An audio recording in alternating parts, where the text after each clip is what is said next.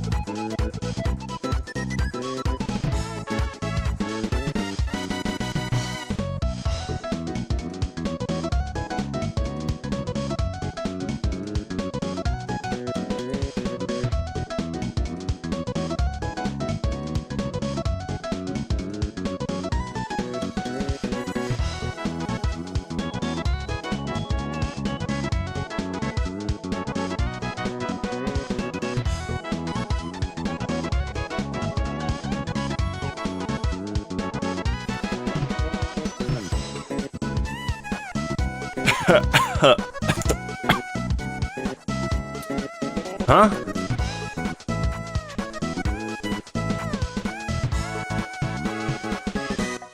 Huh?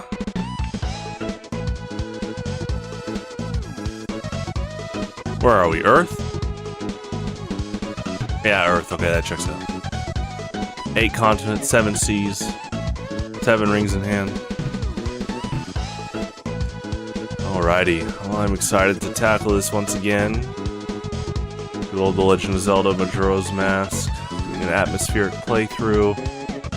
So, you know, tiny bit. My co-host will go off screen, no camera, just to get the full atmospheric capture, but I will still be on microphone. And yeah, we're gonna tackle Snowhead Temple. Definitely excited for that. And just like Woodfall Temple, we are going to kind of just do a quick capture of each room. No sound, with sound. It was definitely a lot of fun doing that last time. So definitely, yeah, I'm always looking forward to playing not just Majora's Mask in general, but Zelda in general. What's up, man? How you doing? Yeah, the Mask of Majora, yeah. Yeah, it's pretty evil. Warning of caution. There you go.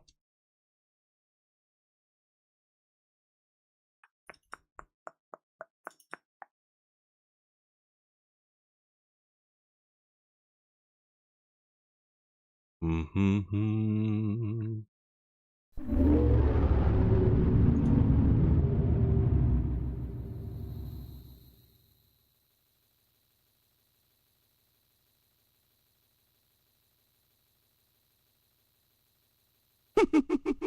Okay, I am going to get a capture of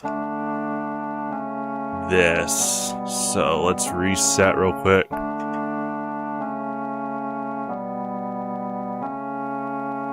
Oh, no, actually, we're good, Alright.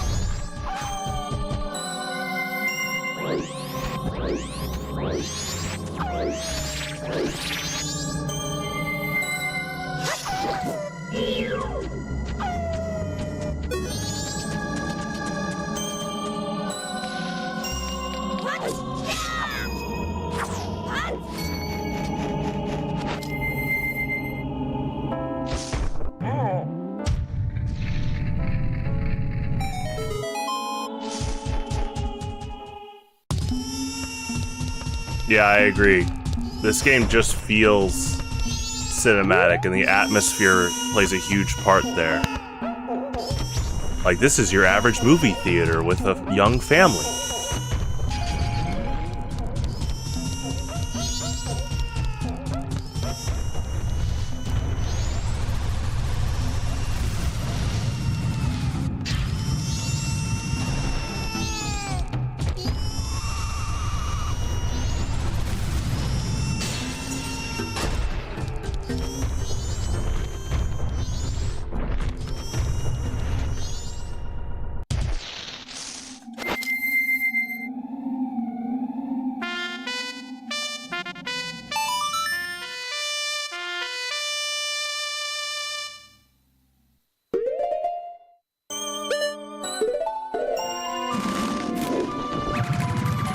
You cannot get the sun and moon mask, but they give you the couples mask. So there's technically like 3 masks. Those are technically 3 masks you can't get.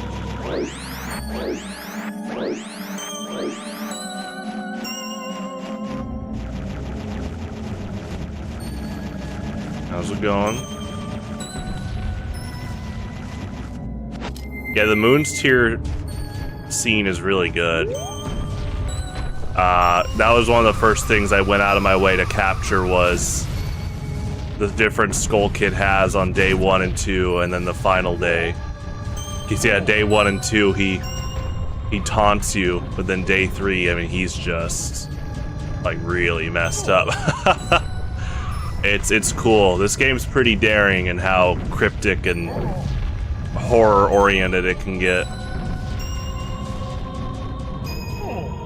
Yeah, the Happy Mask Salesman has like Mario, Darth Maul, Elvis, which are all in Ocarina of Time 3D. I'm still not over that they did that. I think that's amazing. In Ocarina of Time 3D, they did not edit the sound, and they didn't want to edit the core gameplay. But the visuals, they went all out, and so for the Happy Mask Salesman shop, they added all of his traveling masks from this game, and then they added his backpack in the background. Oh my gosh, I love that so much. And then Skull Kid uses his Majora's Mask design as well in Lost Woods. And then we were talking about this in the community Discord, but I really think that they're already recording lines for Majora's Mask Remake, because I feel like they're gonna have like Skull Kid and the Happy Mask Salesman have their iconic laughs in Ocarina of Time Switch 2.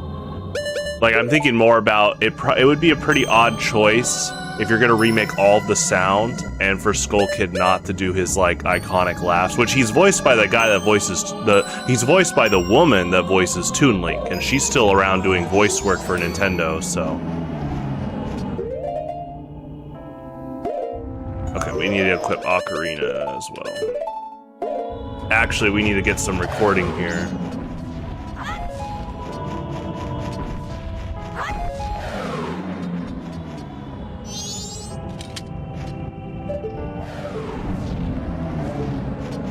Let's get the sign in here as well.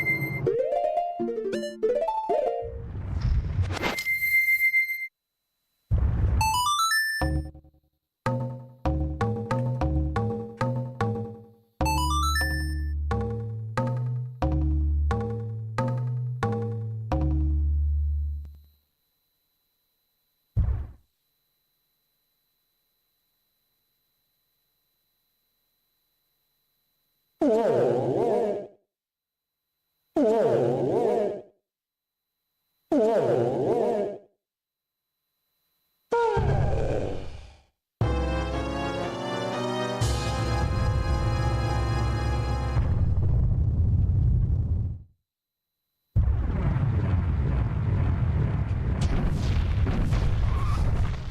mainly play Majora's Mask on Wii U. It's the most intricate, yes, simple, once you get the rhythm going, puzzle games you've played. Yeah, there's an interesting... There really is this thing of, like, rhyme, like the rhythm, the ebb and flow of Zelda games. I mean, even when you get the ebb and flow, obviously the puzzles can get pretty challenging for the first time. Obviously, once you replay, it gets easier overall. But yes, there is definitely a consistent ebb and flow to Zelda in general. You're worried for that Goron? Don't fall asleep when you're cold. He actually, I forget that he actually shows up when you beat the temple. He's like right over there, so he'll be okay. I don't know how many people revisit the temple when they beat it, like when the land isn't cursed, but he's like standing right there. It's honestly probably one of the most rare scenarios people don't catch. I'm gonna go to the top and get a capture.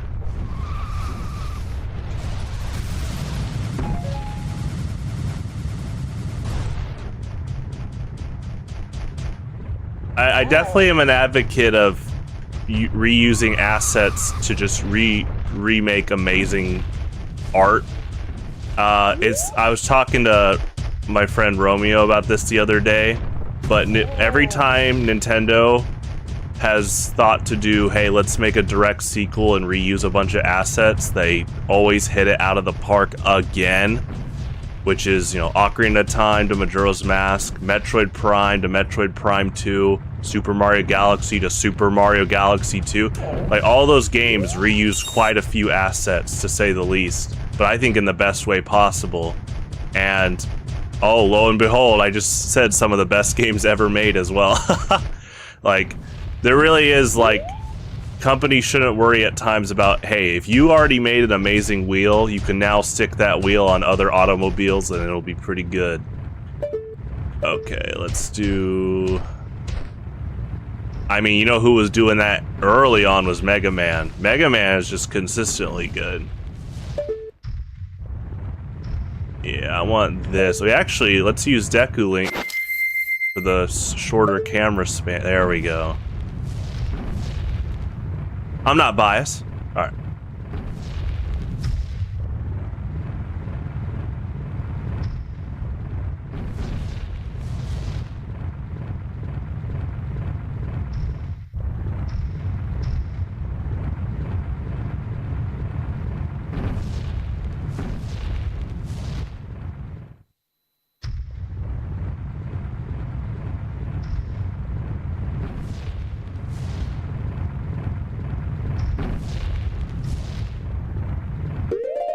Okay, with music. Also, I need to turn off sub music for cutscenes. I don't mind the Goron one. We can always redo that. But yeah, for cutscene capture, I am going to try to mute all music just to get sound effects in isolation. But all good. Mario 2 Japan. Yeah, Lost Levels I think is really good, but I will say I think Lost Levels is the case of I can see the writing on the wall why the United States got the Mario 2 that we got. And I'm glad we did. And I love Lost Levels. I love Lost Levels. But I actually do think they made a good, you know, nowadays in modern video games, people are like, oh, this game's too hard. Let's make them not be punished for death. And you know, a lot of bad takes there where it's like, nah, the people need to learn from challenge. But in the case of Lost Levels, when they're like, maybe we made a bit too hard of a game. Also, yeah, there's some differences, but not a ton here, you know, compared to like Mega Man 1 and 2. So I actually do think that's the case where I'm glad they read the room and they're like, you know what, let's try a different Mario 2 and they remixed Doki Doki Panic, which is awesome because it's hard to imagine the Mario universe now without Shy Guys, Bob-ombs, Pokey Plants, Birdo. It's really cool. And then now we're seeing Wart and the other bosses in the Mario movie. I'm buying that Wart toy. There's like a Wart Penguin Toad Minus World toy. And I'm gonna buy it. And I hope Nintendo's like, oh, should we put Wart in more merchandise and things? Yes. Alright, anyway.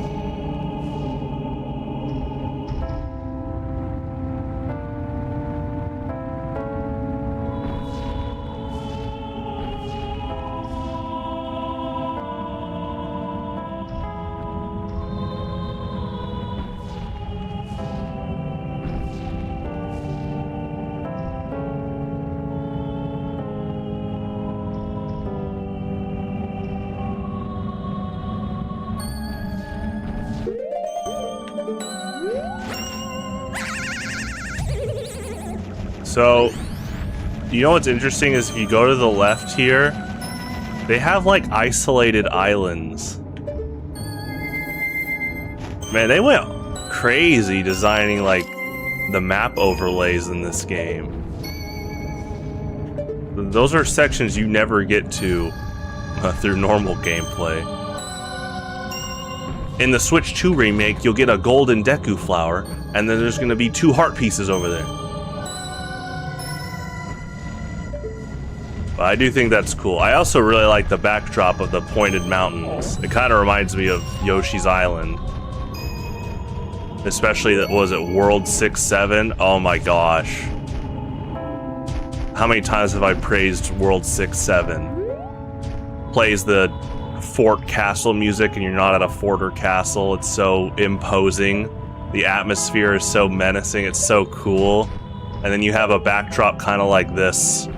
And then, yeah, you could fall to your death with the giant chain chomp running after you.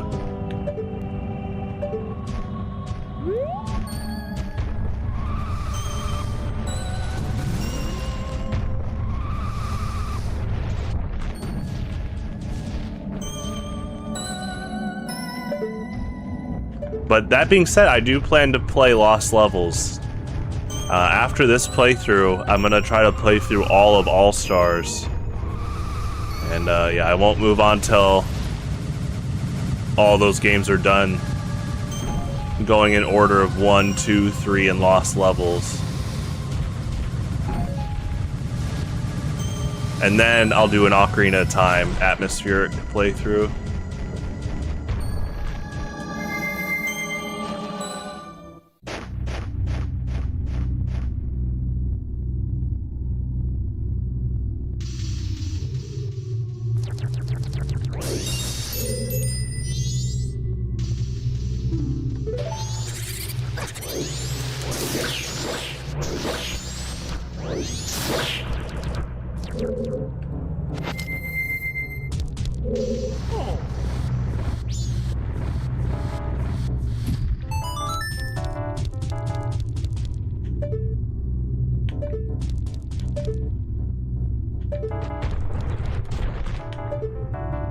Okay, I like this.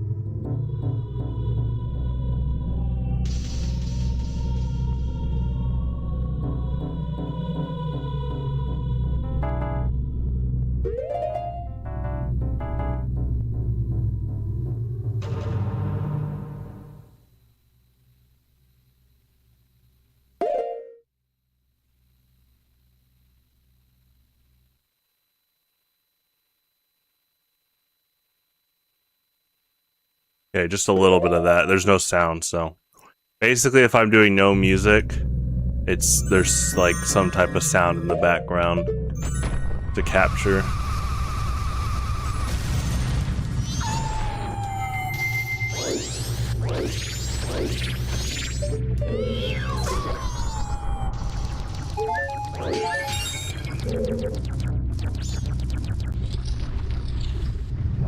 Oh, like this room. Perfect. I was just thinking about this room too. Wow, this is like... Yeah, ooh, man. Yeah, the lava at the bottom, the freezards at top. Perfect. Let's see if we can... almost get a shot of both. Yeah, with Goron Link. Okay.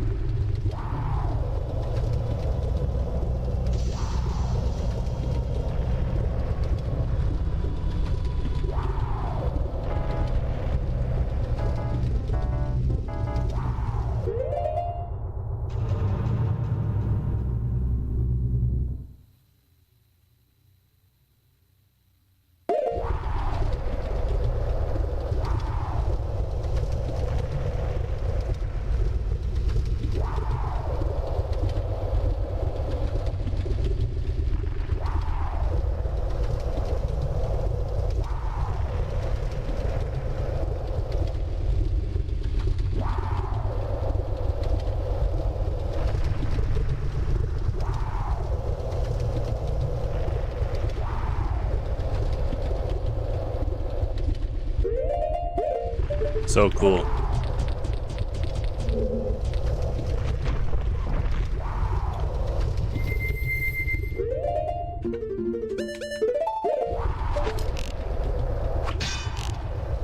It's gotta be fire arrows, that's right.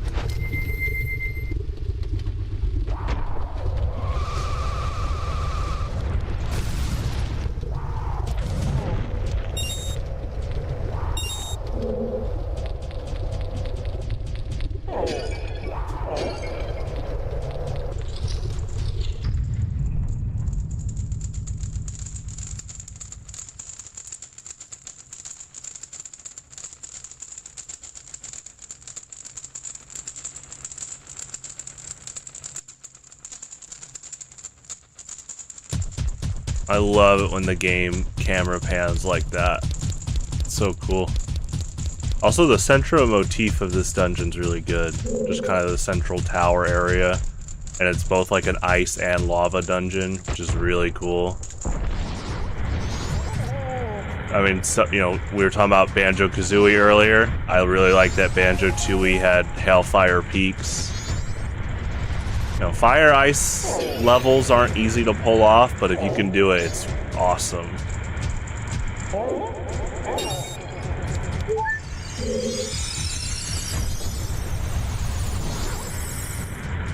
I definitely want to capture down here.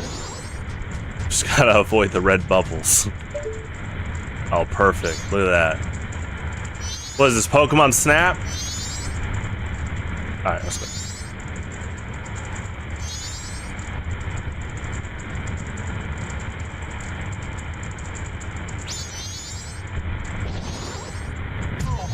Okay. Now with music.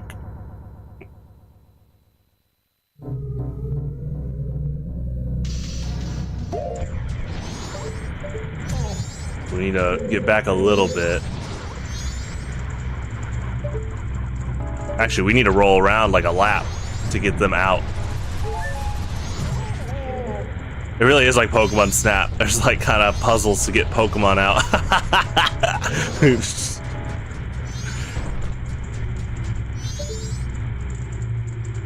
But we got one. Hold on. Let's see.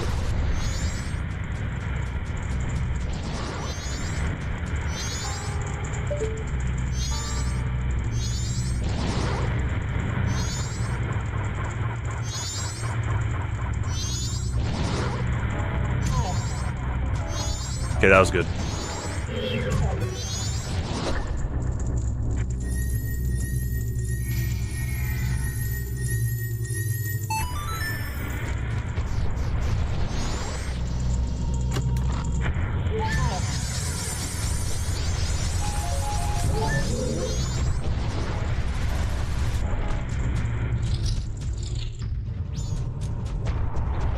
Oh, I love this room. I'm not biased, but I like that you use the fire arrow to unlock the yellow Deku flower.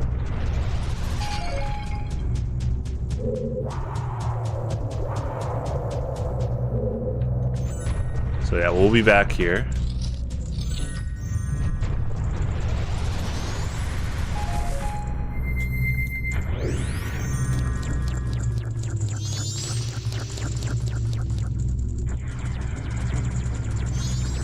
Yeah, this goes back to what we were talking about reusing assets. I mean, I've said for years I would like a third 64 Zelda. You can use like the 3DS visuals, but another reason I want that is I think Banjo-Tooie did one of the coolest things ever for a sequel, where you maintained every single move you had in the last game, and then they added more moves. And I'm like, man, if I was in charge of a third 64 Zelda, Link would keep all these transformations, he would just keep his items in general, and then you could add even more items on top of that. There's plenty of game memory to keep track of all that, and let the players have almost a bit of a free form of control with solving puzzles with the items they have. But also it's because like this dungeon has that yellow Deku flower, and there's a few Deku Link things you can, do here to solve things. And then, Great Bay Temple adds, you can do things with the other two forms, and then Zoro Link, and then Stone Tower Temple is like firing off all cylinders for all four forms of Link. And I would take basically Stone Tower Temple, and it's like, hey, we gotta make 8 dungeons for the new game. I'm like, okay, they're all gonna be in a similar template where you're gonna use at least a bit of each form for different puzzles, and obviously, past items, new items. It's just so cool. I love it so much, the way they do all these different puzzles to solve with all your different abilities you've accumulated. Pretty Metroid-esque.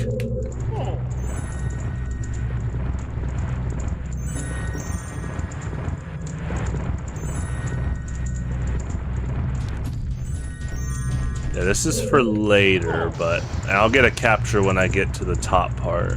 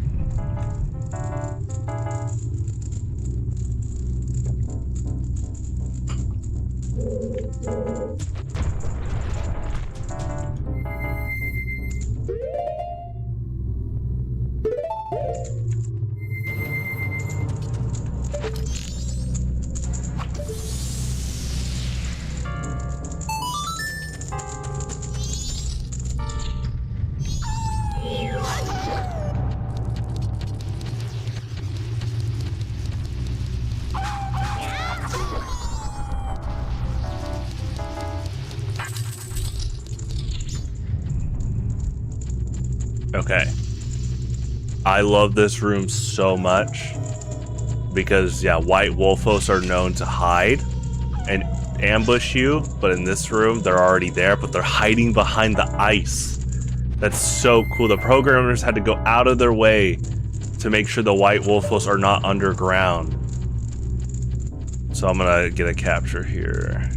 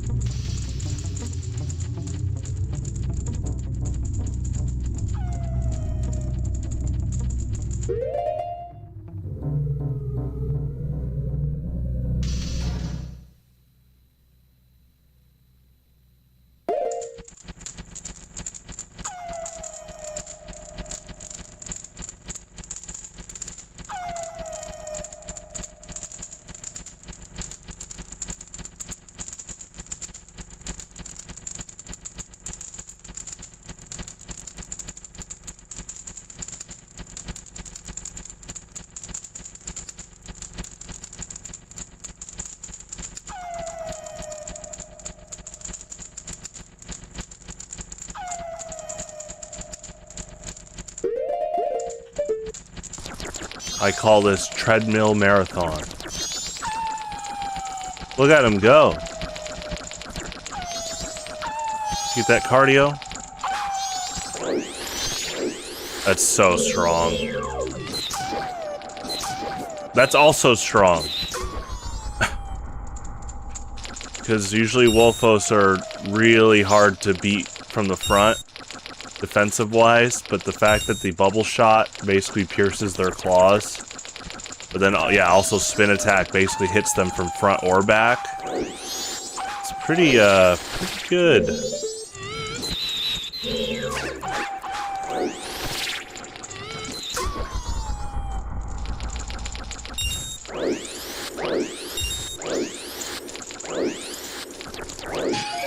Oh man, do you hear the reverb in this room? It's so cool.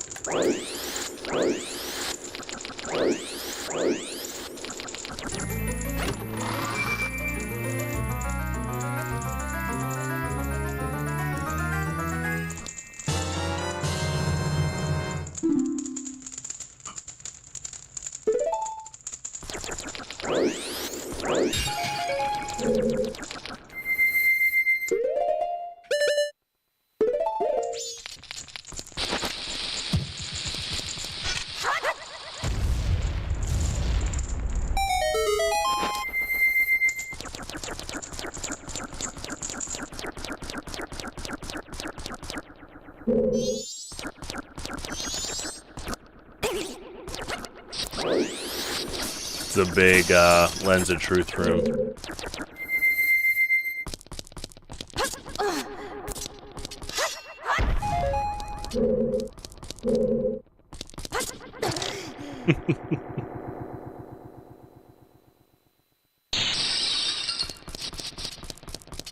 Well, it's a big, like, stray fairy.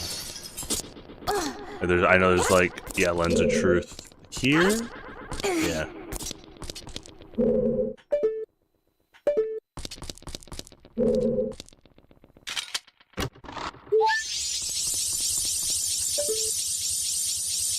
Okay. Let's do... Man, you know what? I've done so many randomizer runs now that we usually have fire arrows when I'm here. I actually forgot about the original design. I've just, yeah, hit the the ice at the top. That's cool. Let's get a capture before I go to break. I actually want, yeah, I want Deku Link bottom from top.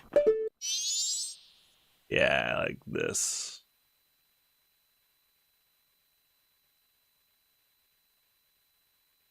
In fact, I want a little bit of the left, too. Yeah. There we go.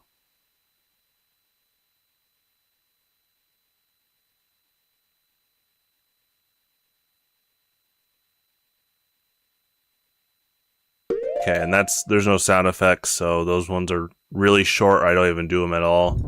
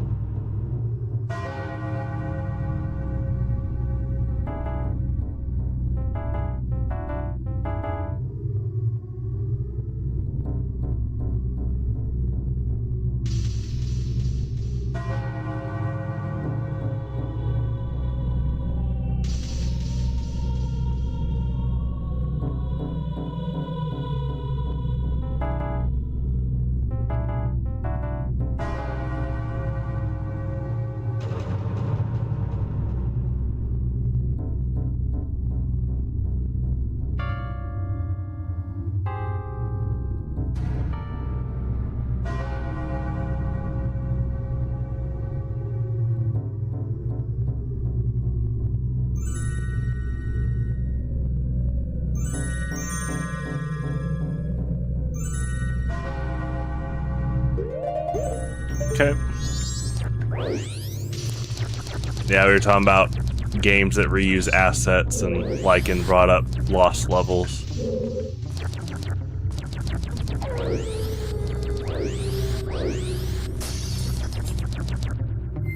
Hello, hello. Hope all is well.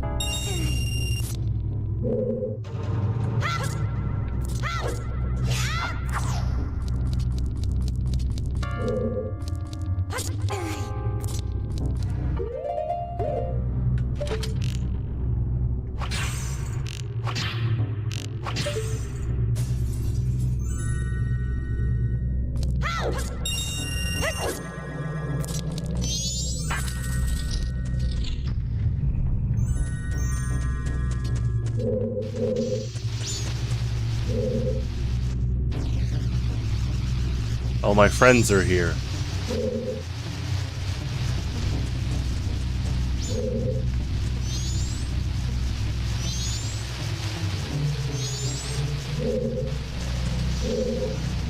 Okay, I want a shot. Other side.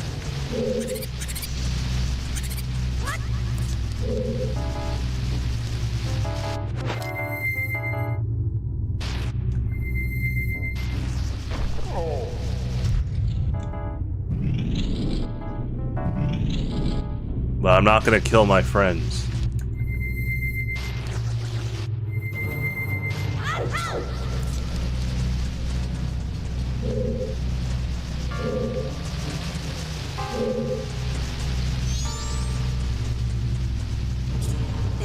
Okay.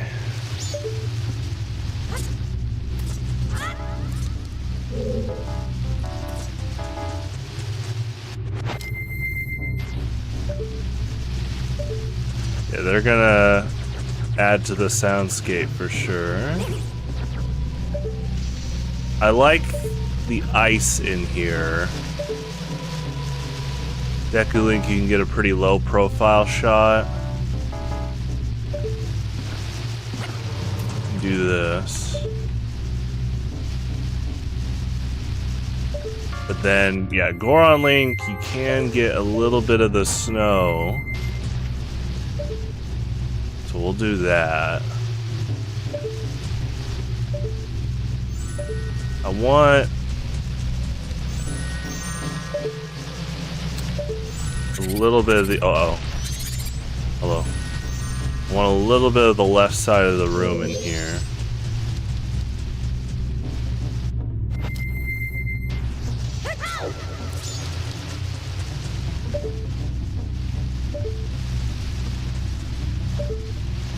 I mean, Human Link is actually Human Link really is a little bit of a balance here.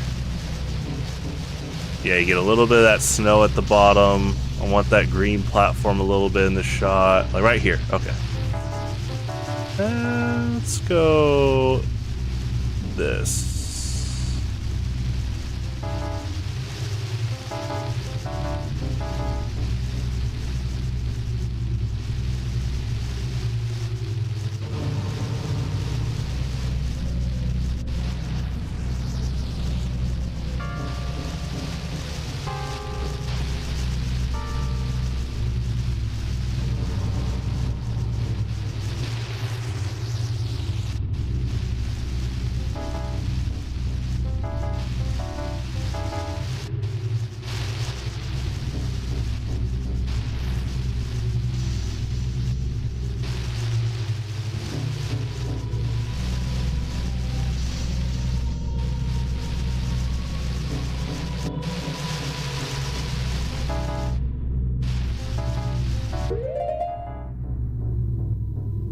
Okay, no music.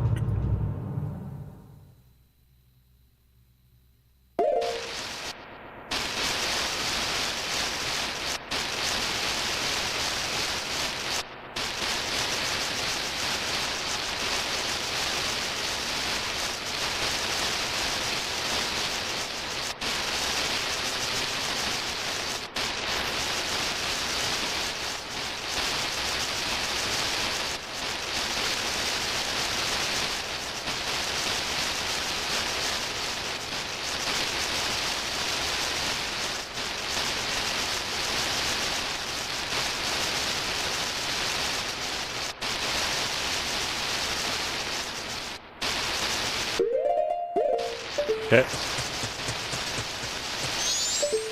Thank you guys. You've been a big help.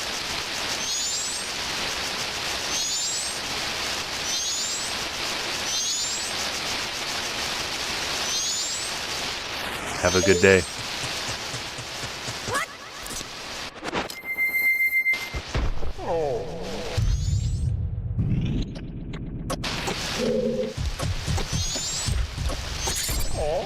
Oh no!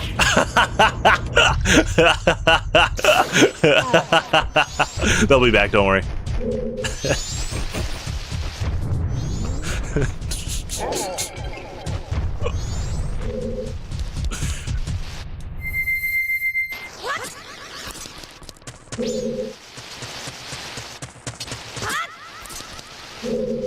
Oh yeah. Hold on.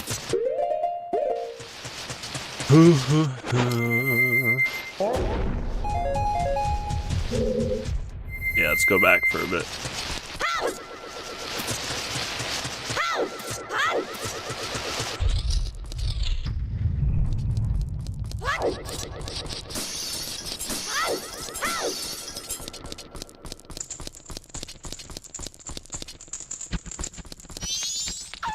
How you doing?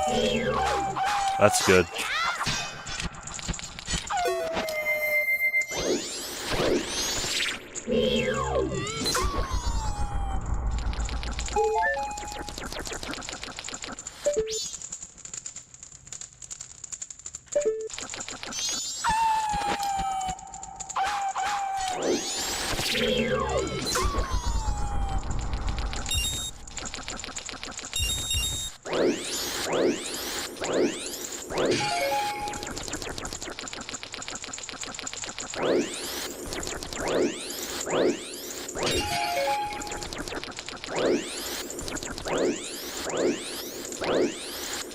Okay, I did want to get some arrows, magic.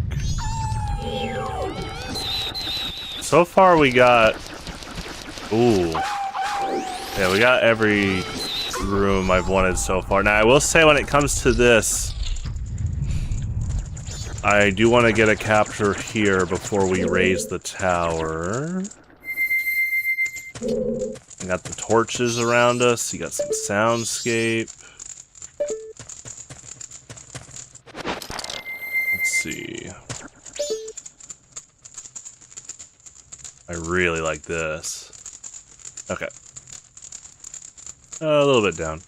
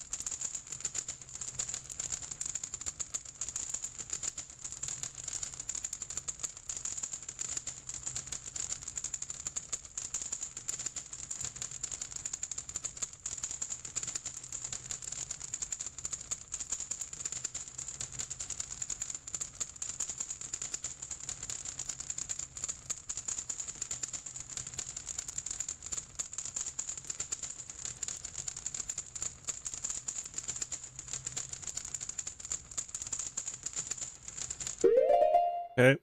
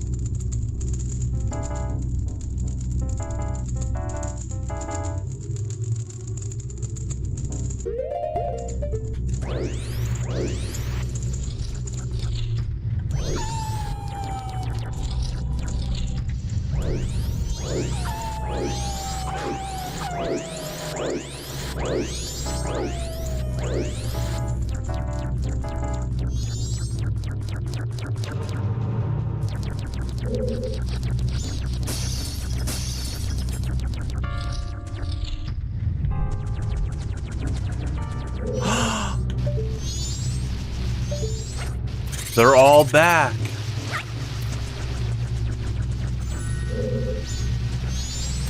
Hello.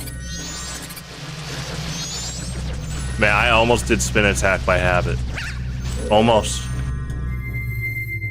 They almost got me.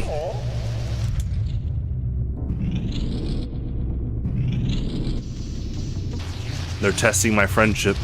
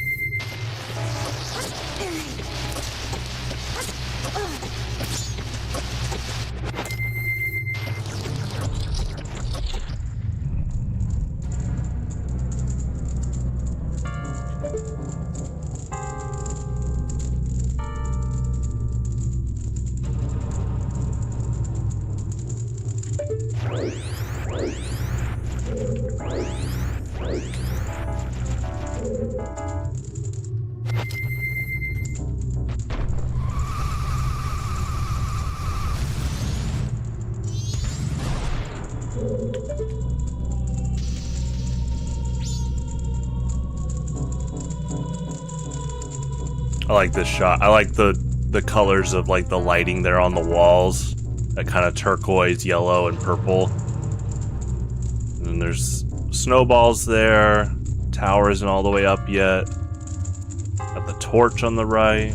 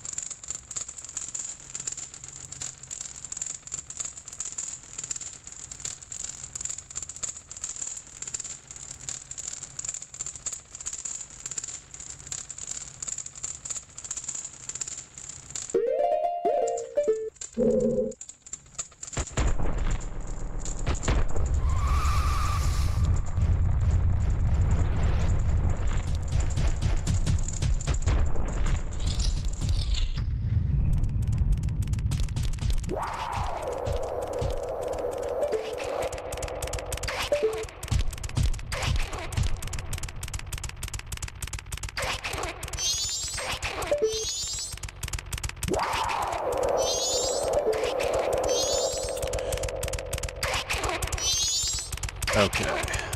Bombshoe's gonna go crazy when I go down there. Trying to find a way to get both in this shot.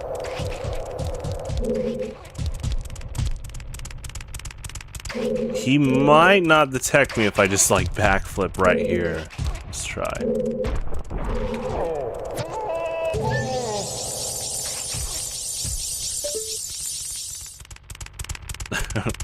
Tonight on Metal Gear. It's like, yeah, if we sidestep a little bit, we can get him and the Freezard in the shot. Ooh, we're getting close. I wonder. Actually, I wonder if the stone mask actually would be a thing with bomb shoes. I never actually tried that. That'd be cool. It's okay if it doesn't. This might be the closest we can get, but I'm gonna try a little bit more. Oh, it's so close. Okay, okay.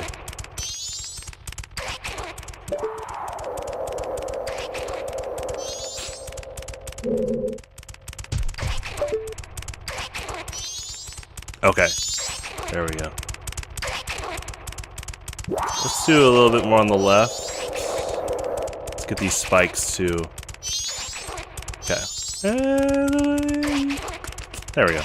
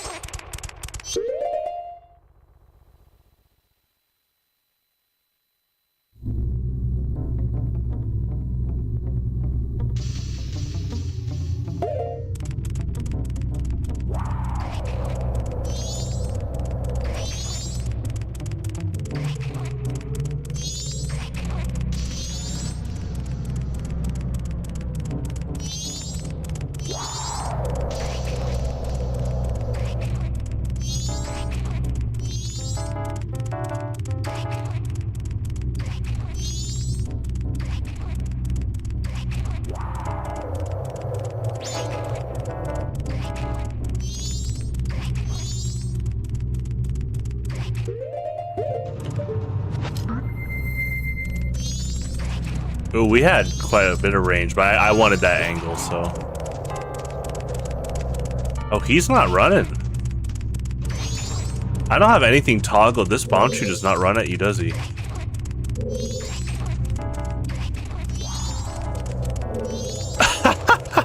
This is, you know, I'm often just running around in this room.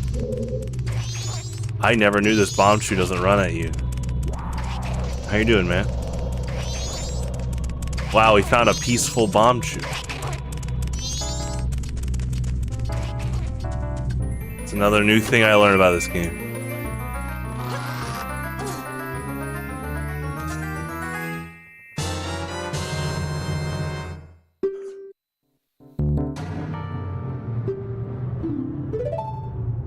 Friend. Exactly. He could be our ambassador for Icana Canyon and that side of Termina with the head-on, trailblazing, violent bomb shoes. Usually we have negotiator opponent with us, but you know, look at this guy. Good Samaritan.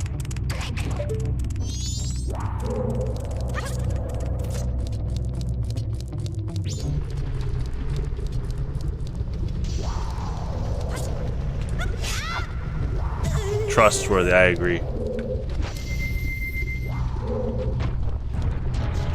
I kind of want, yeah, oh yeah, I want this. I want a lower shot of this room. Here we go, here we go.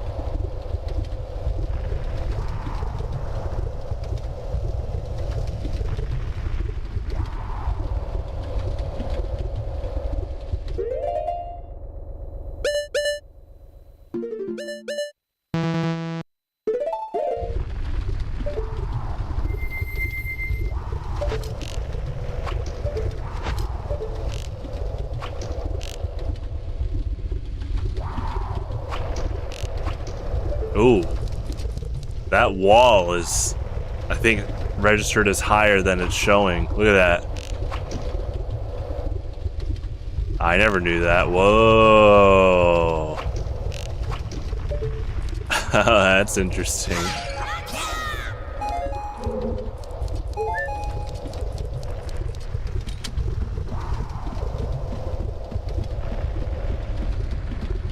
Unlike that bomb chew, that wall cannot be trusted. And this ain't a lens of truth puzzle either. Just use your 2 eyes. Okay, well, I got blue light glasses, but you know, I don't think that's making a difference here.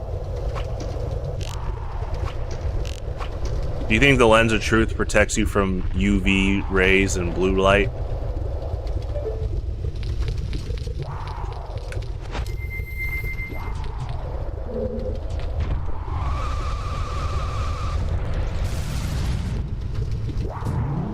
Let's try this side.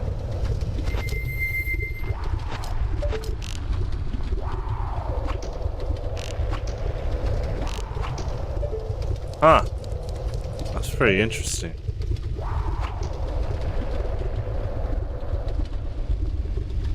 More vulnerable to UV.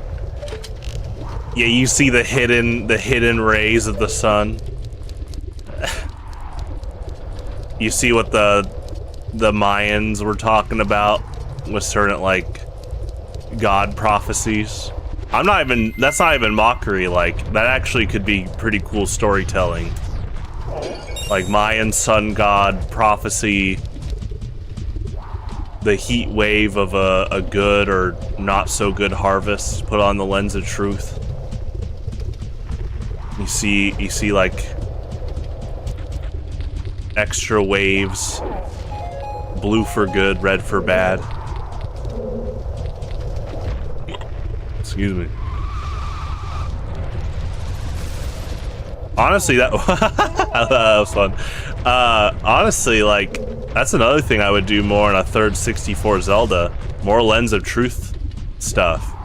It'd be fun. Just like uncovering, like, finding that soldier outside of Icana Canyon would just blew my mind as a kid.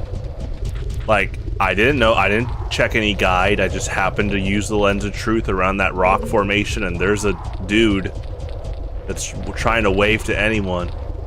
Also, you think the Poe Keeper was well aware of that dude, and he's just like, haha, no one can see you. I think so. I think he probably did see that guy, and he's like, oh, good luck, man. It's like, oh, dang, you didn't help him? Sounds pretty in character. He's a bit of a chaotic trickster.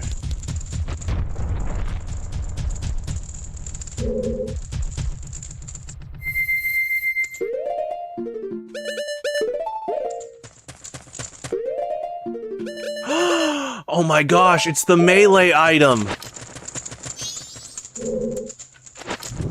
Every now and then I do get someone that tunes in, I think that expects melee, but that's not till tonight, so there you go. Now we're adding to the disguise. I mean, there are times, yeah, I'm playing like Star Fox, F-Zero, this, I mean, those are all in that game. Oh yeah, I think you just need flat out fire arrows. I don't know if you can... Yeah. Whoops. Again, I do this with randomizers so much now. We usually have fire arrows. We're just doing a straight playthrough now. But this is what I wanted. I didn't want to use hacks or get items to get shots. I wanted to get shots that I could actually... Now, obviously, I did a camera change. You theoretically could do that in-game without two-ship, but you'd have to hold firm on the control stick, probably with some physical assistance in some way on the controller. But I don't want to do, like, get every item and just blitz through a dungeon. I actually, I do want to play through this, too, so... I love this. I'm not getting... This does not get tiresome at all. Look at him go. Actually, this is good melee practice for tonight. Are you kidding me? Look, neutral. Yeah. I can't jump out of shield, so I tend to practice evasion a lot. This is the Samus matchup. Missiles. Charge shots, morph ball bombs. Oh, that's like 13%.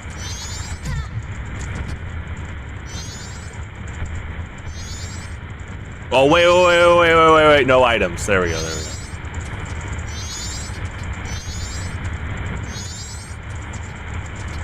Yeah, that's fun.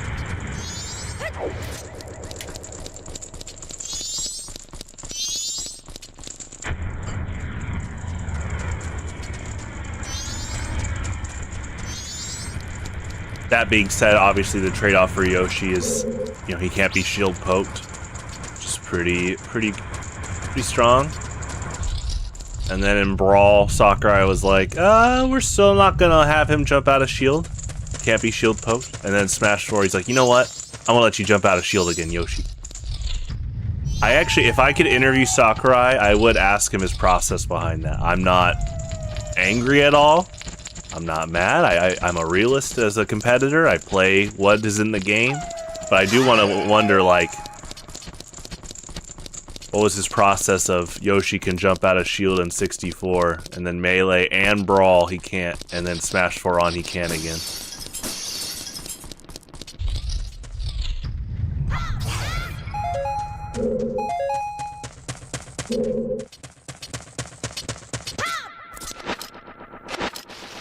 Oh yeah, whoops.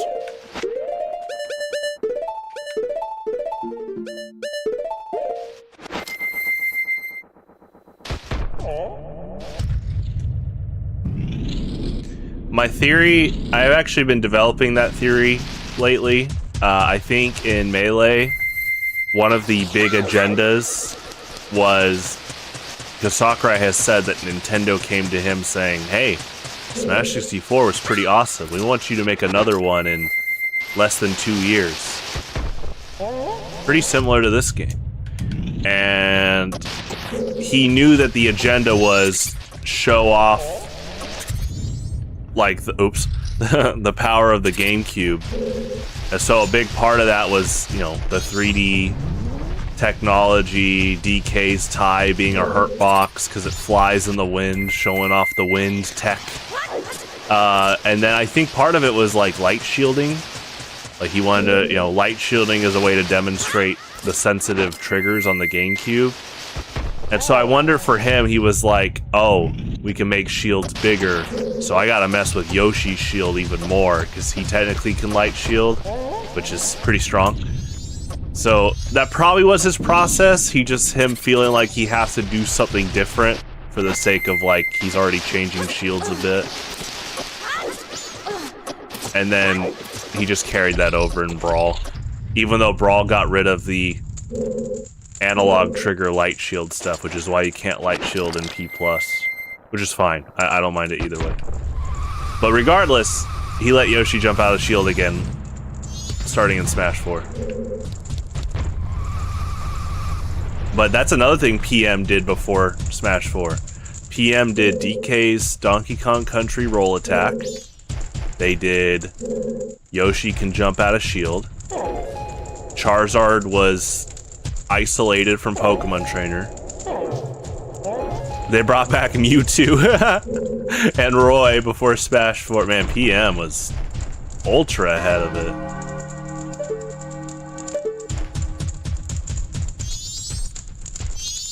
Oh yeah, this is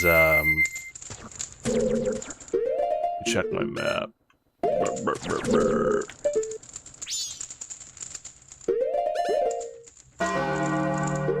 You're supposed to, I think the Wizrobe. Yeah.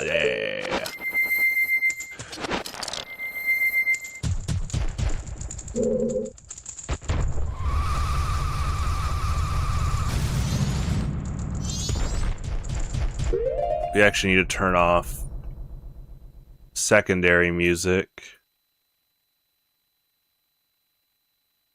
for now.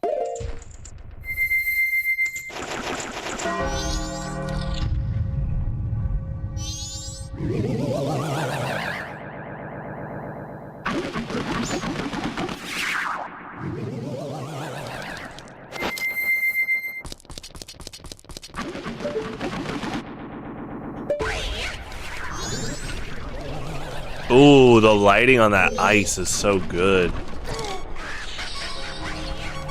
Yeah, he laughs when he hits you. I love that so much.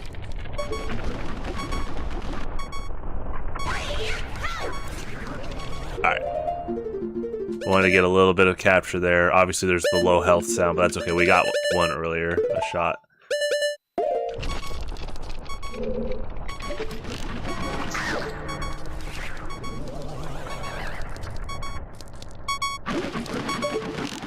Oh wait, we gotta turn the music back on. It's so good.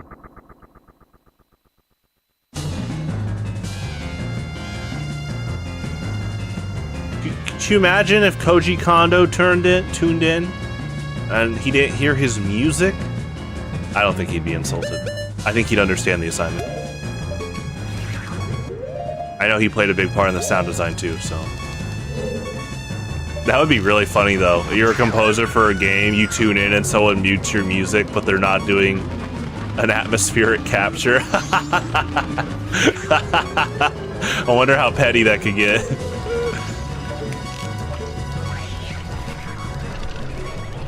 Oh, Bunny Hood's so good dodging that.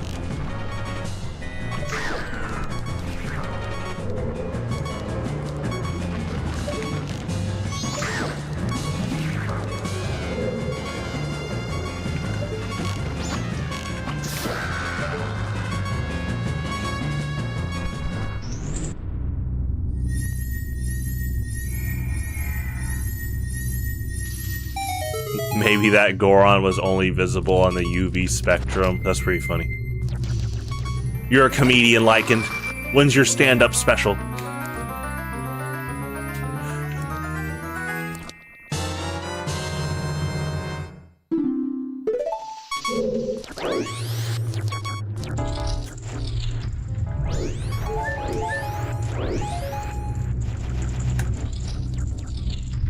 Hiya. Okay. Oh, yeah, okay. Do a corner shot. There you go.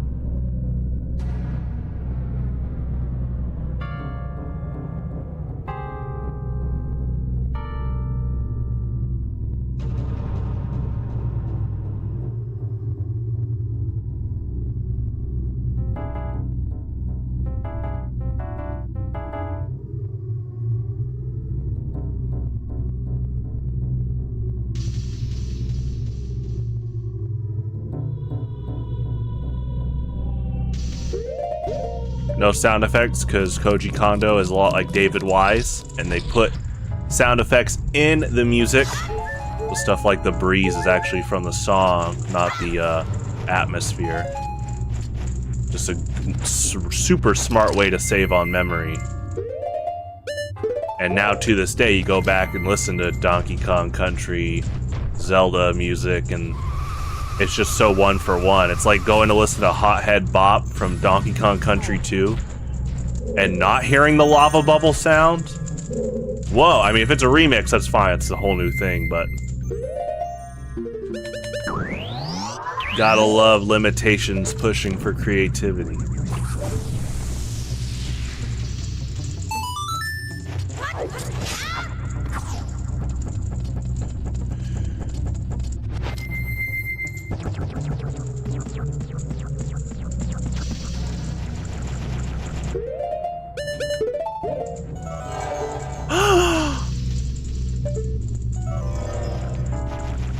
We're gonna do, one of the last things we'll do on this playthrough is we're just gonna get a bunch of Scarecrow Pierre shots. I'm definitely excited.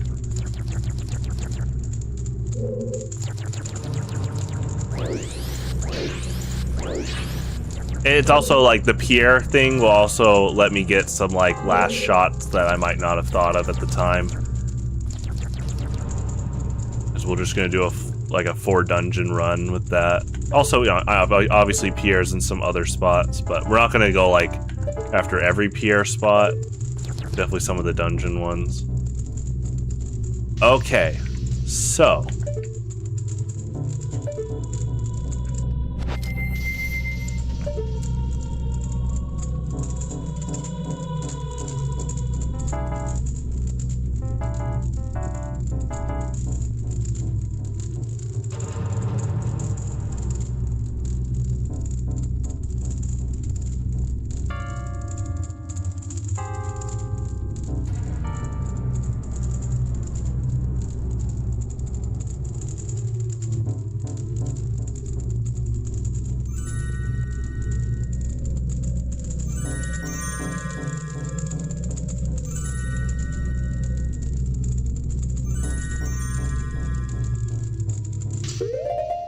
I love that ice cavern jingle they reused from Ocarina of Time. Obviously, it's a little bit different, but, you know, same composer. He understood the motif here.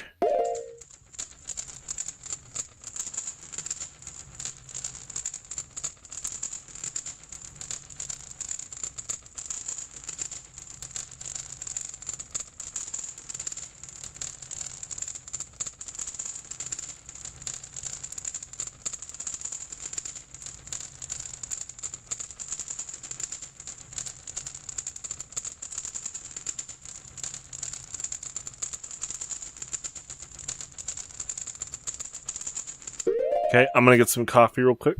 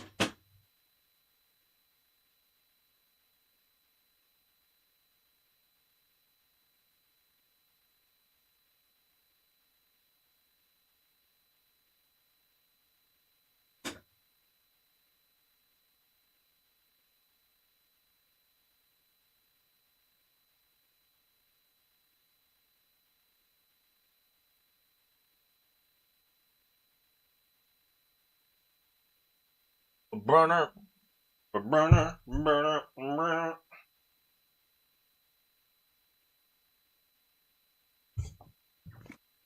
Wow, that was the first time I went to get coffee and I left the broadcast with dead silence, alone with your thoughts.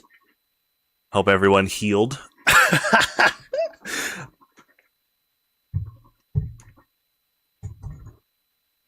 While I was gone, I realized something. I don't know if Lycan's still here, but speaking of Melee Yoshi, crouch cancel parry. Alright, anyway.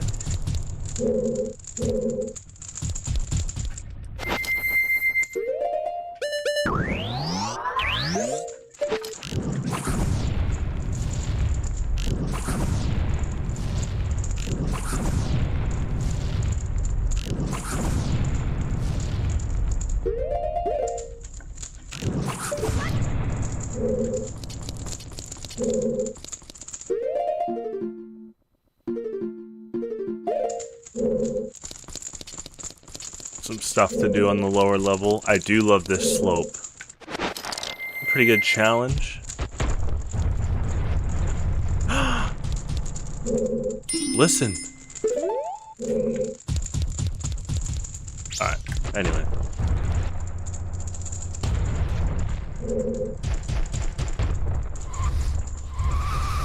I do like the kind of foreshadow of certain doors are frozen on the lower levels. It's super just, I mean, it is Zelda-like. You know, I just played through all the Game Boy ones, and they do this too, where they foreshadow things early in a dungeon that you can't obtain yet. For example, there's the switch, and then there's these frozen doors. You're like, oh, well, the Deku Stick doesn't work. I can't just break them with my punches. And then bam, you get the fire arrows, and more of the first part of the dungeon opens up. It's a good formula.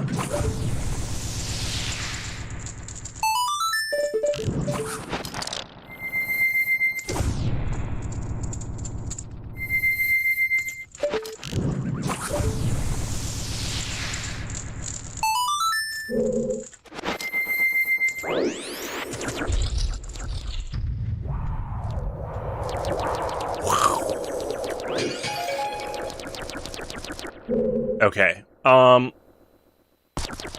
These torches. Let's light that first without. I'm gonna try to light the torches without killing these guys because they're gonna be part of the shot.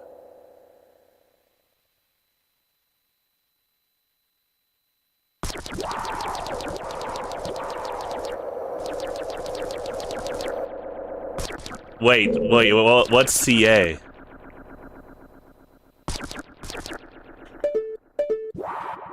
That sounds pretty, that sounds highly risky. I think I'd rather use magic power than take those risks. Alright. Let's not harm our friends here. California. Okay.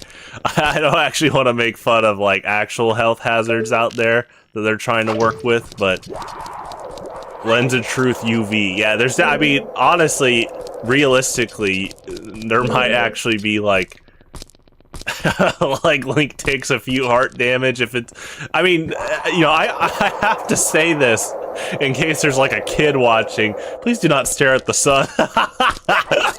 Even if you get a cool magnifying glass. Alright, we need magic. Can I get magic without harming our friends here? Lens of Truth in your house? Hey, Lycan, do you know the frame data on this crouch cancel parry? Oh, I didn't parry! That's pretty strong. They bypass parry? I'm just at high percent, that's what it is. I actually think I missed the window. Oh, they don't fully turn, okay. I think we're good. But see, I gotta break this open without slashing him. Hold on. Thank you. I didn't know they turned that fast. Bowser's flame does outlast. Yeah. You can get this guy to, like, shake his head. Wait. We might make a shake my head gif. Hold on.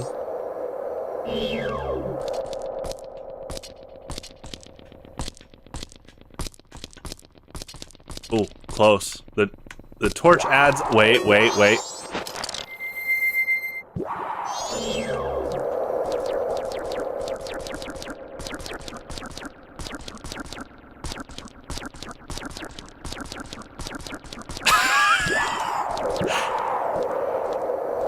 I mean, this is like Looney Tunes, huh? Tom and Jerry, huh? I did not know they turned that fast.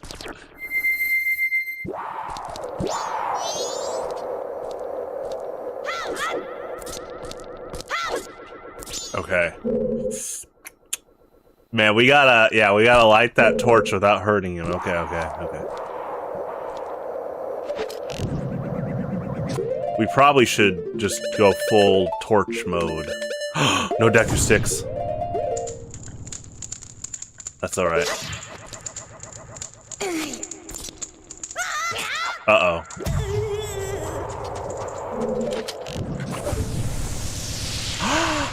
Oh my gosh. Look at this. I want one of these in my house. I can't even use it.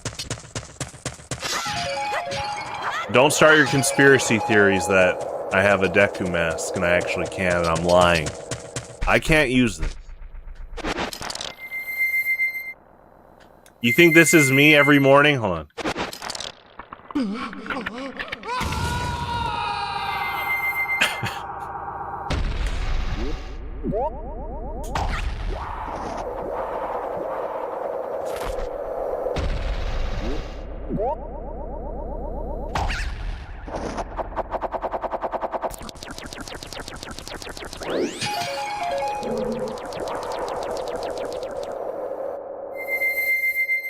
We got a new advanced puzzle. Light torches without harming our friends. I mean, it's probably just really the big challenge is just that this torch on the far left without harming him. So I'm gonna get really close. Okay. Okay.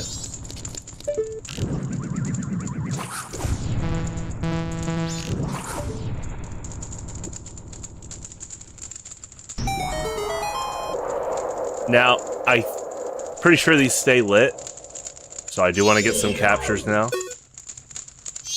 Isn't that right, friend?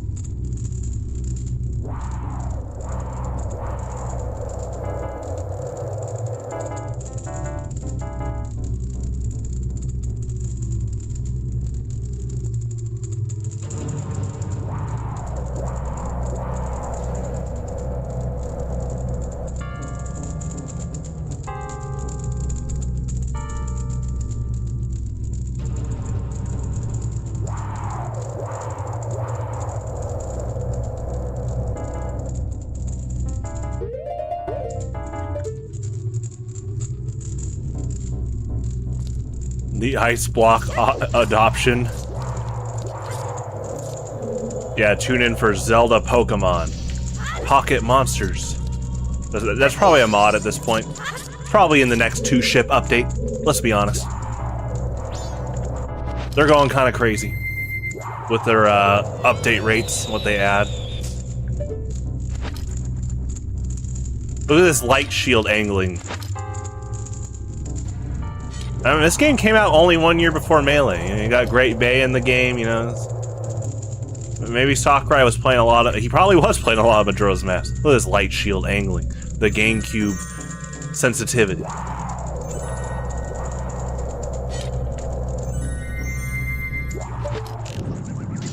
I can't do it. I can't betray our friend.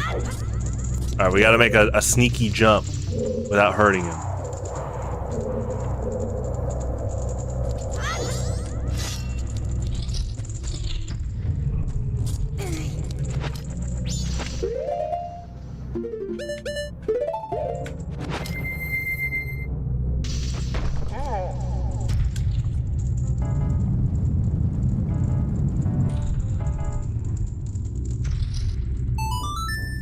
That's so cool.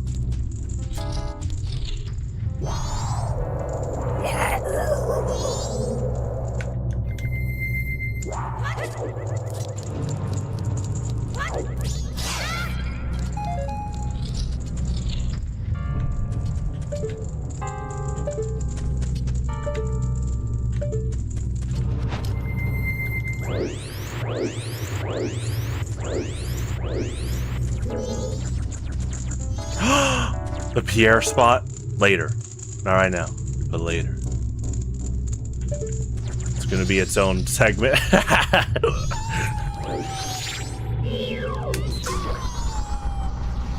Nintendo, I would buy a Pierre alarm clock where he moves around to dances to Saria's song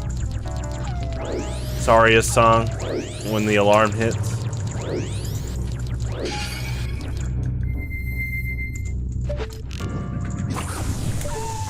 I mean, he's gonna come back in this Ocarina of Time remake. I'm interested to see what his design will be. He basically looks the same in 3DS, so I mean that in the best way possible.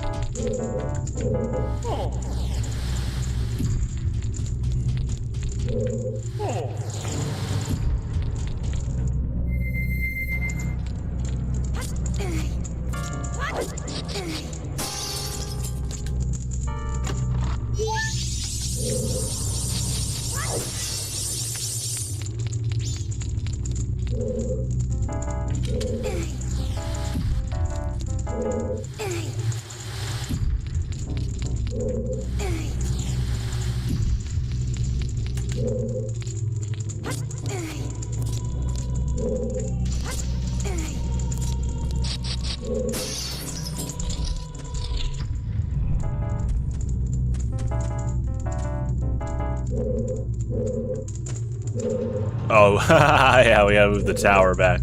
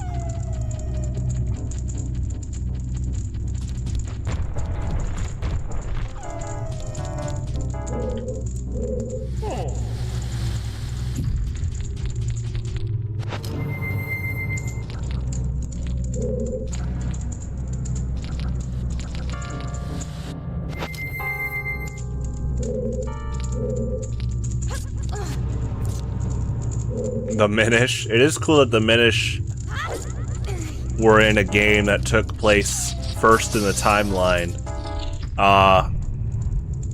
before Skyward Sword. It basically was like there was an era between. So it was Ocarina of Time 98. Minish Cap was the 2005, and then Skyward Sword was 2011. So basically around an average of 7 years between each game. All of them were first in the timeline at first. It's Ocarina's first, as far as we know. And then Minish Cap came out, okay, this game's before Ocarina of Time. And then Skyward Sword's like, oh, this game's before Minish Cap. But regardless, yeah, the Minish have been around for a long time. I mean, way before that game. It is interesting to think about, yeah, retroactively.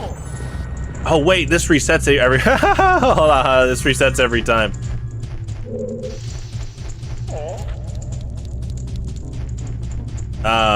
But yeah, It is. Well, I guess the Minish are in Hyrule, but obviously this isn't Hyrule, so they might not have. I don't know if they have Termina Minish. But it would be interesting. That'd be a fun Easter egg. Now that you bring that up, like in the Ocarina of Time remake, you could have like a little Minish area and like maybe a cafe or something. And for those that know, they know. I actually think I can bunny hood jump that. Because usually in randomizers I have like the hook shot here. It's been a while, but I think I can bunny hood jump that. Hold on.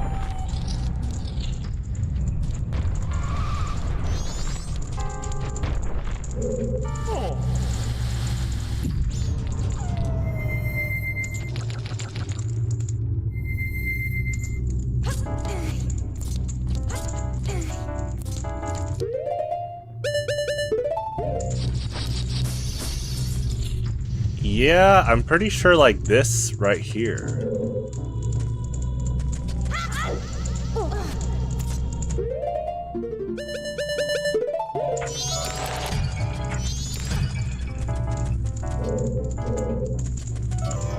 What was... Yeah, because there's a treasure chest still here. Oh, yeah, that's right. The puzzle is... You have to press the switch, though. That's right, that's right.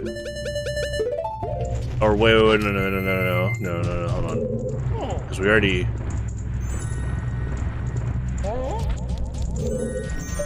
We already did this.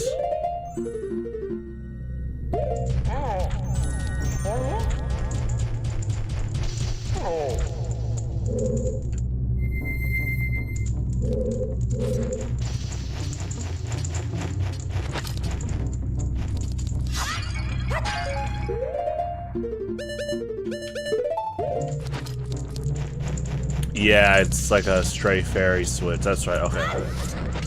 Just trying to remember what that was. All good. We're gonna keep going up. It is helpful to refresh myself, though, for future randomized runs. Our friends are back. See ya. Yeah, we gotta go up.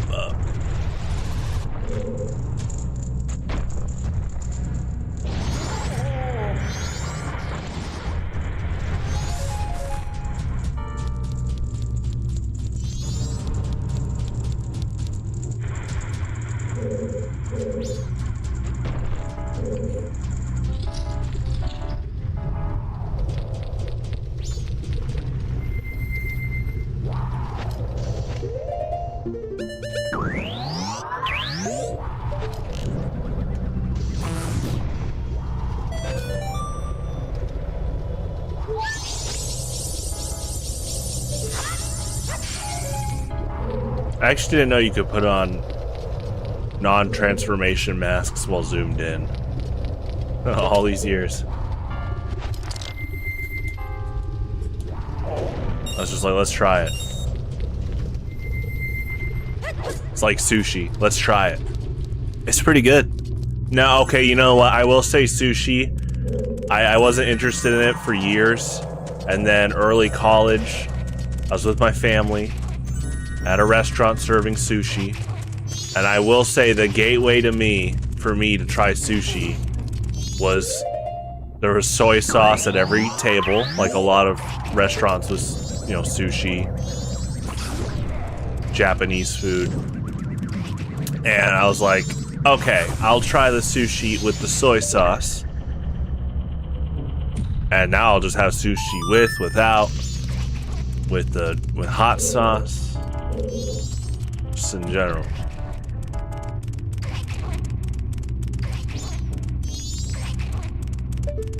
Oh, you gotta hit each time. Yeah.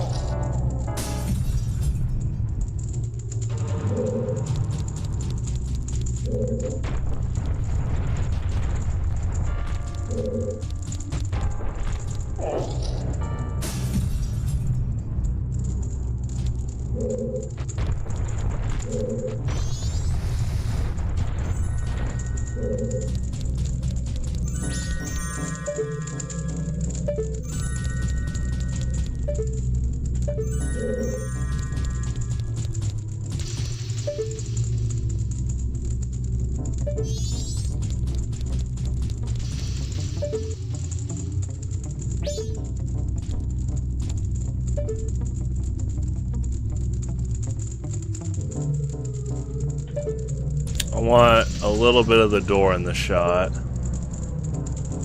Honestly, probably just do from here.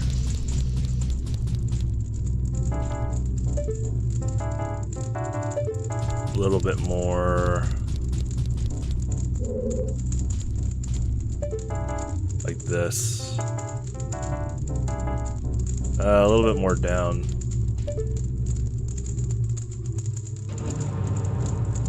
There we go.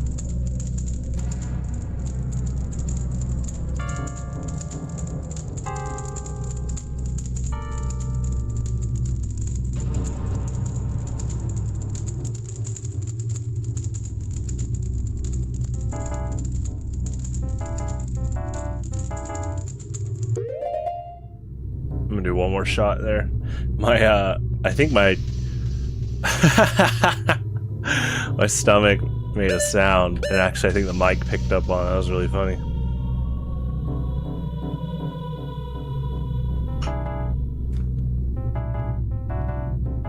This stream is sponsored by Tums. Not really, but I do like Tums.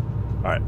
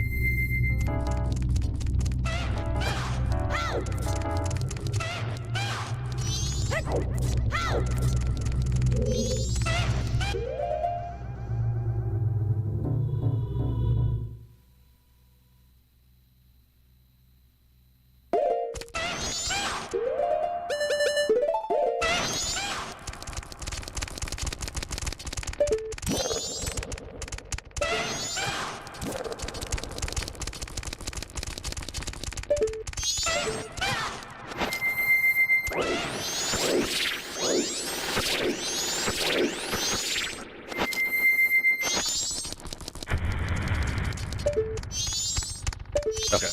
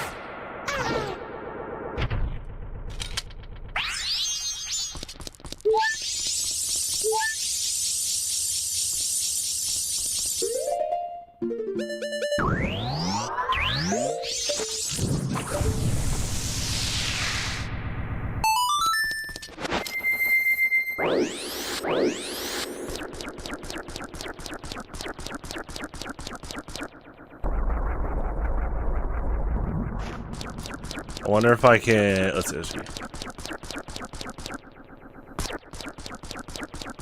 Oh, I actually. I think the Dino Phos won't walk if I'm right here. Okay, okay. You have a tiny bit, but do you see that shot? Them in the fog? It looks so cool. Let's get it one more time.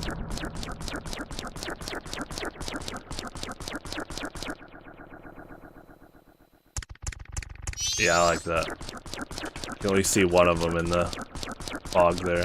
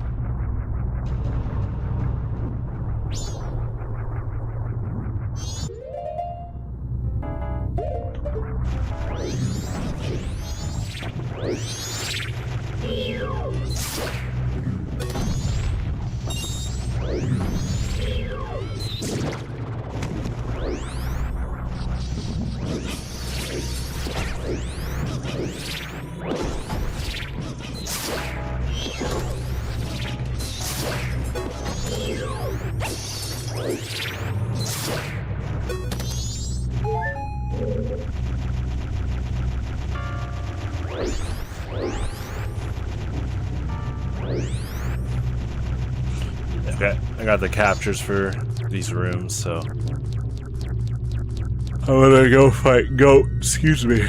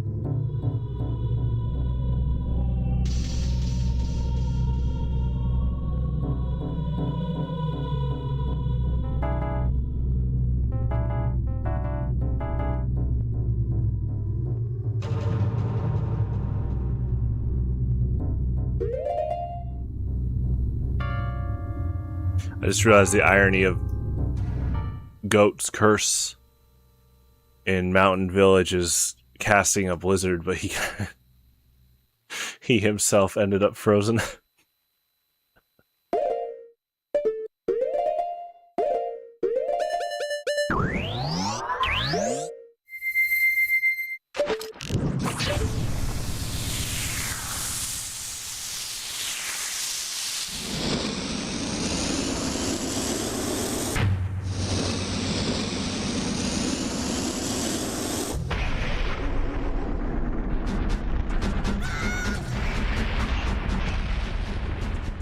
Okay.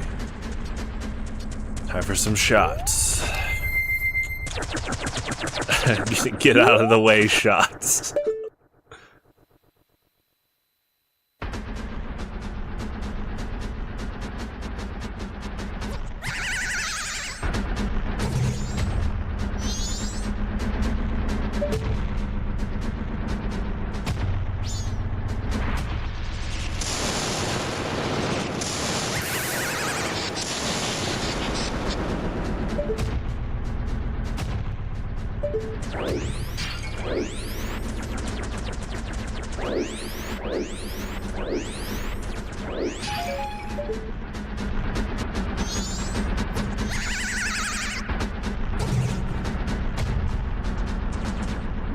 Alright, let's fight him.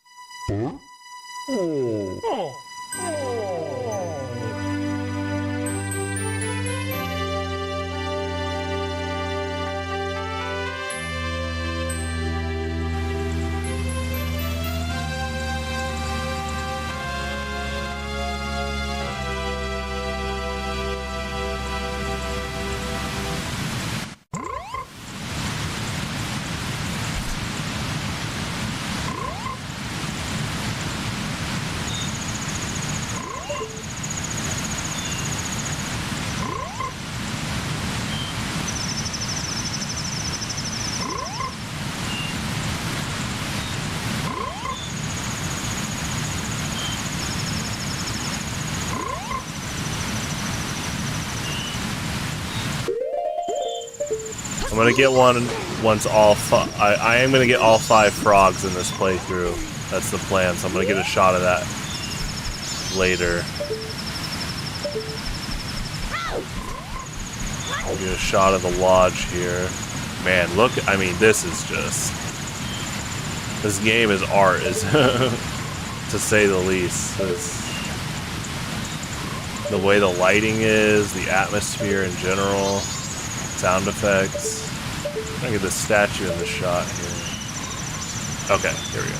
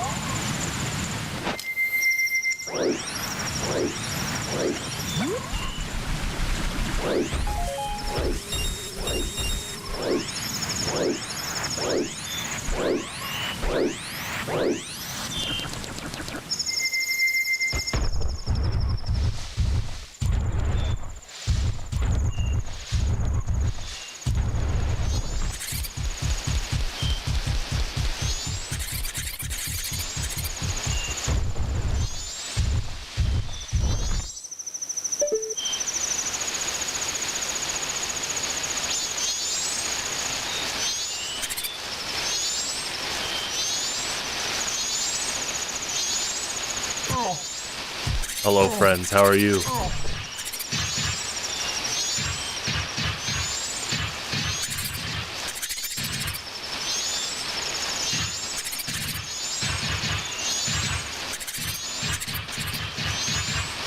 The Oreo Storm.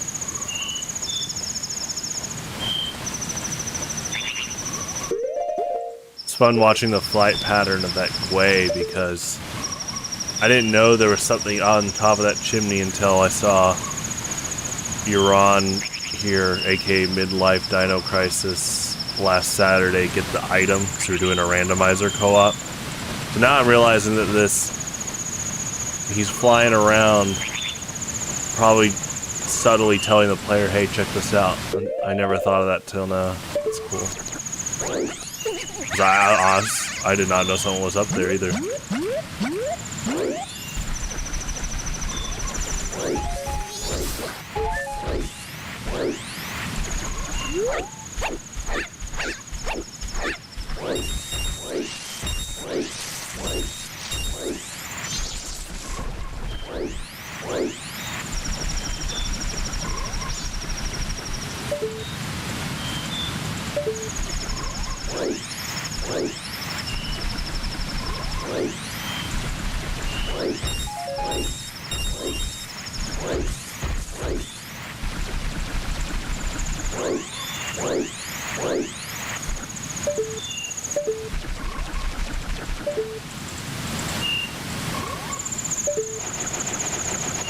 Yeah,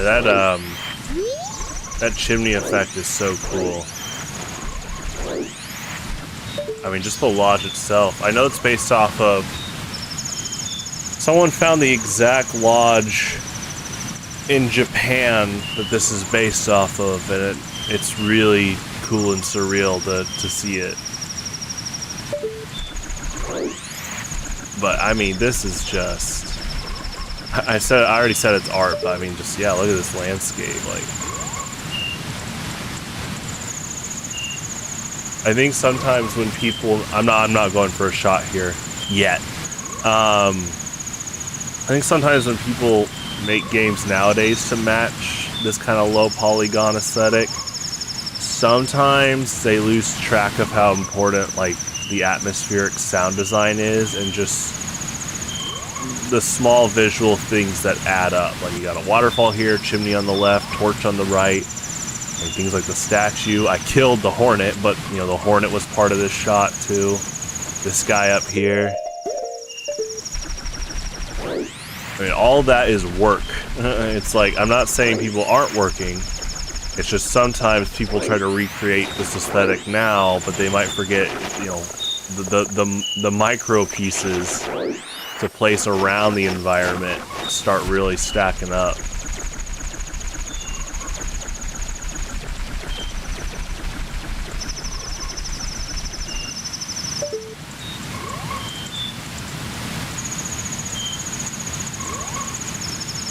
Ooh, get some stars in the shot too. Okay. There we go.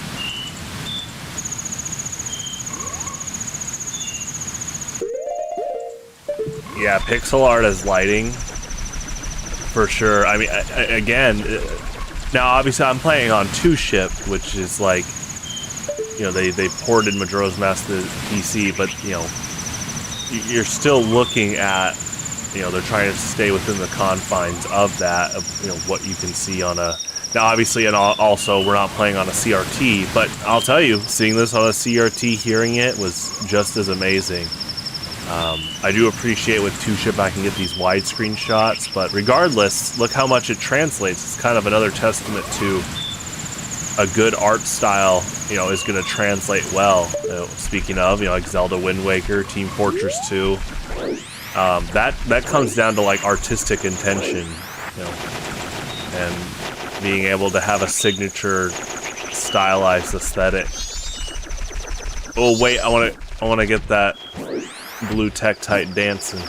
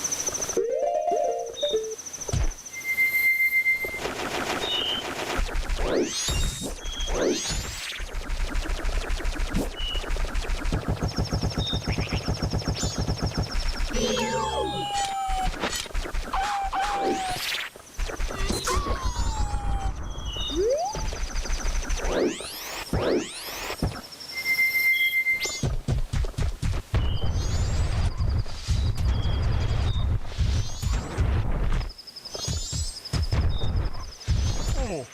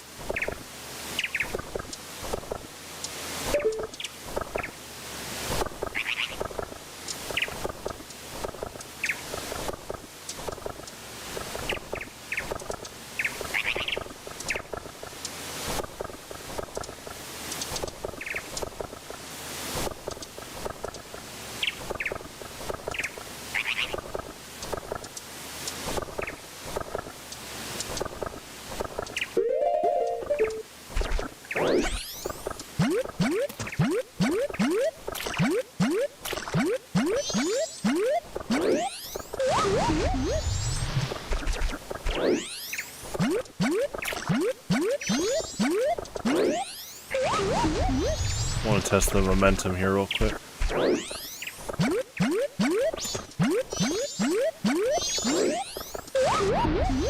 The game's pretty literal with slide-off momentum, not just for deckling, but like edge jumping. Yeah, ooh, that's fun.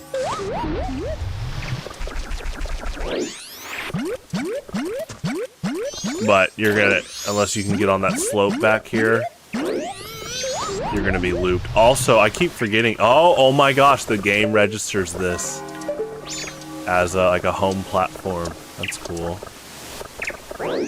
But you can charge bubble shots while spinning, while hopping on water, which is really cool. And the direction is literal, wherever his face is.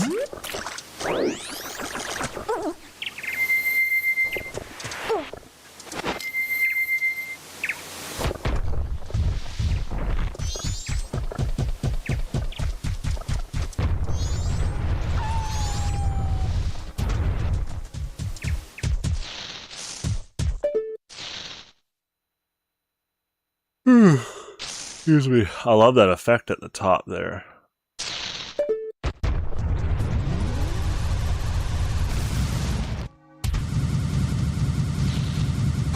Yeah, now the owl's gone. Pretty interesting.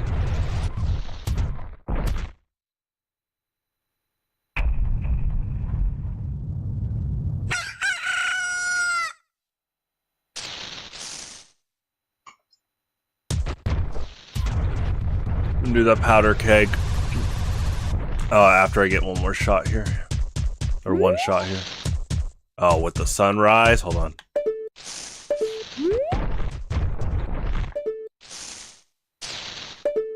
Oh.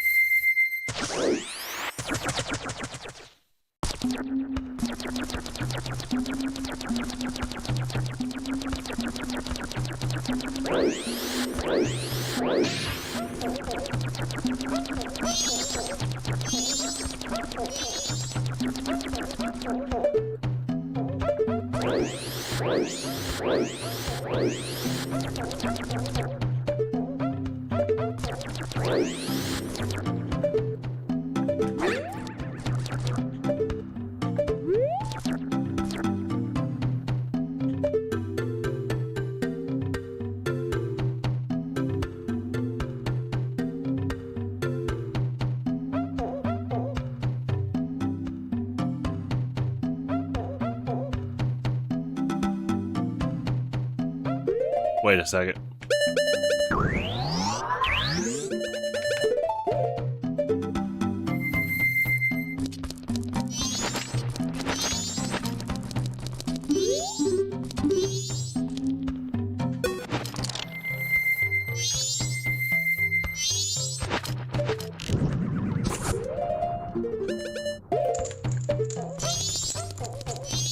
I wonder if I can get Deku 6 from rocks here. No, but I think the pots have them. Hold on. I'm pretty sure they do. Yeah, they do.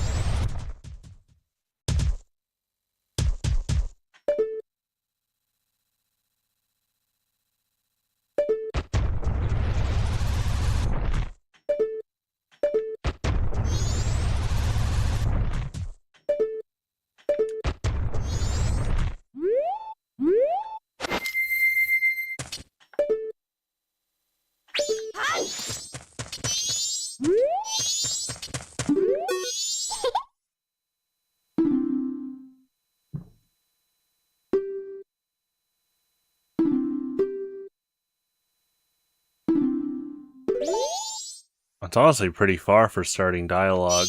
Pretty cool.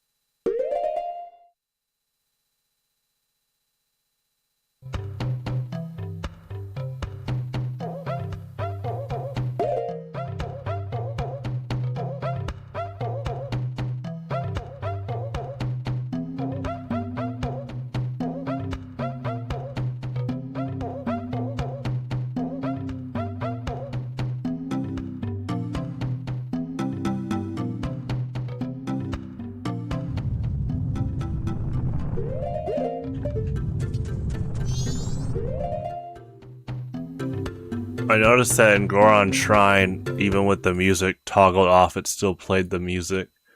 Wonder if that's a two-ship thing? Or just the way it's coded there.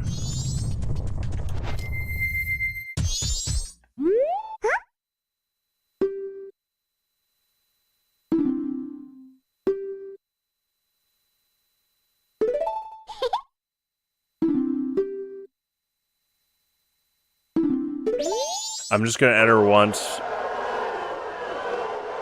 for the soundscape, because we're gonna do this later for the Gilded Sword.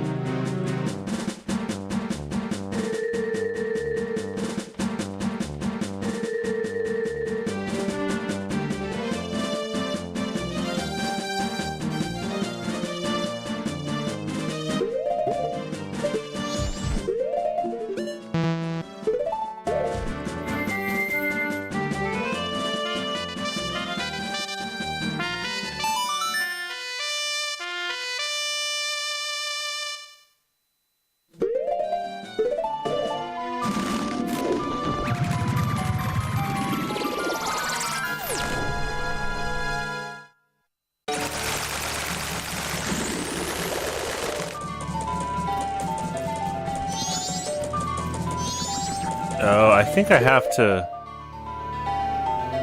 Hold on, let's go get the powder keg license. I think I have to talk to him again.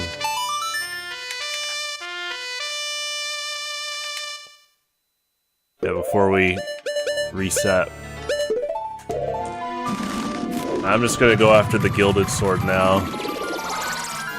So we'll... Excuse me. We'll get the license, cash in, reset, and fight Goat again.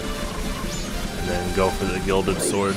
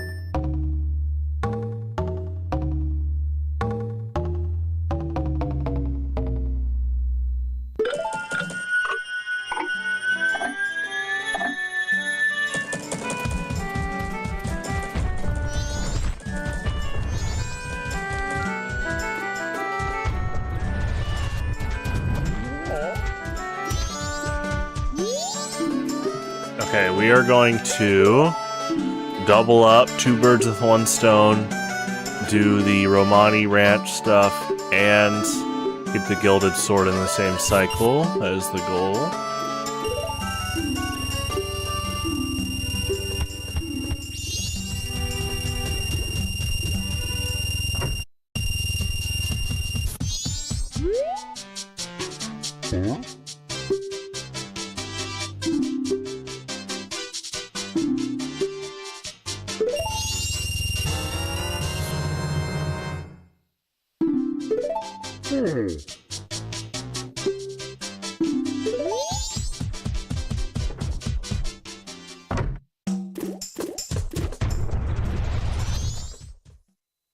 I'm just gonna travel to Milk Road to potentially pick up some arrows.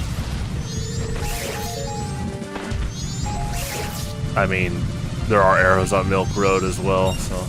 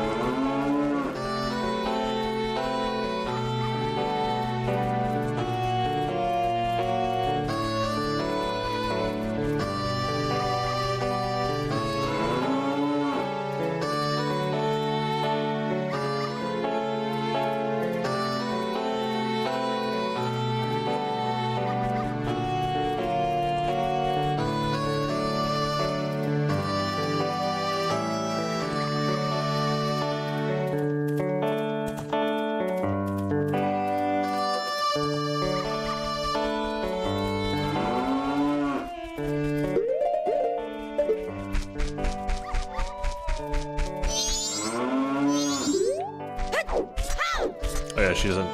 I didn't know she doesn't talk.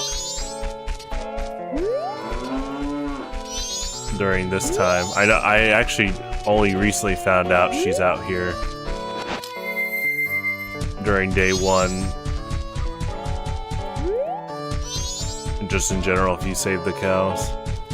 If she's tending to the cow. Yeah, if you don't complete the ranch quest. Yeah, I mean, she just kinda... She gets, like, mind smeared. It's really sad.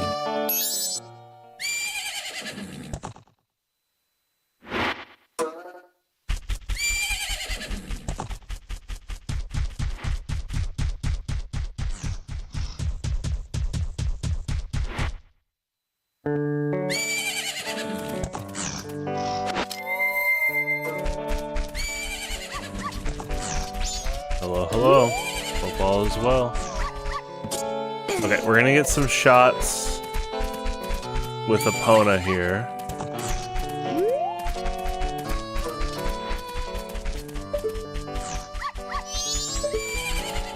Just kind of get some general shots of the ranch, because once you get Epona, she's not gonna be in the cage anymore.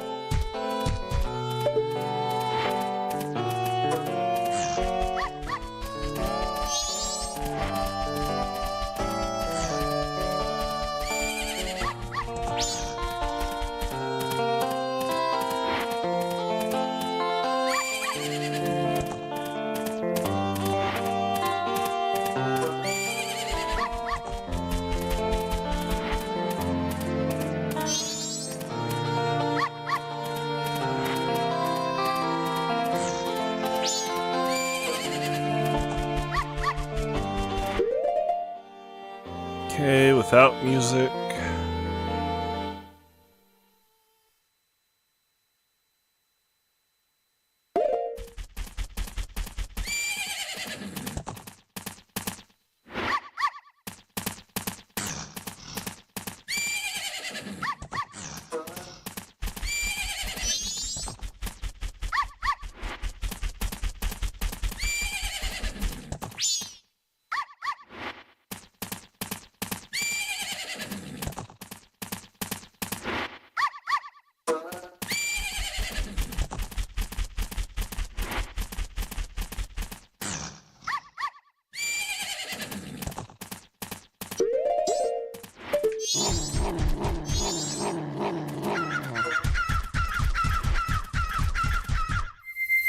Some good cardio for him.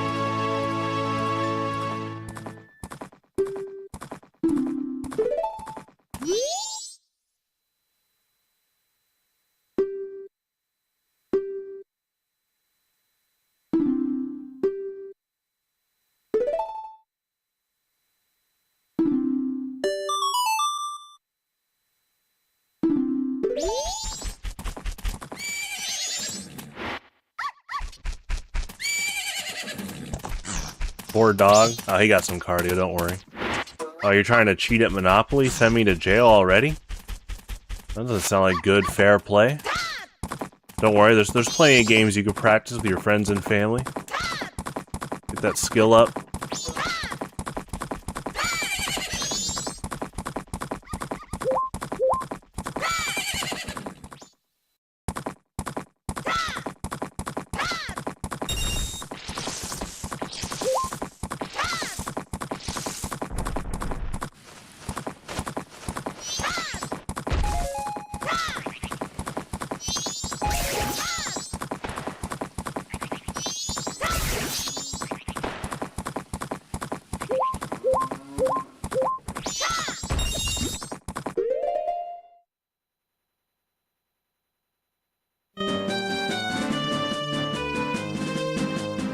Okay, we're gonna go fight Goat again. Go after the Gilded Sword. Quite a bit of time of no captures for right now.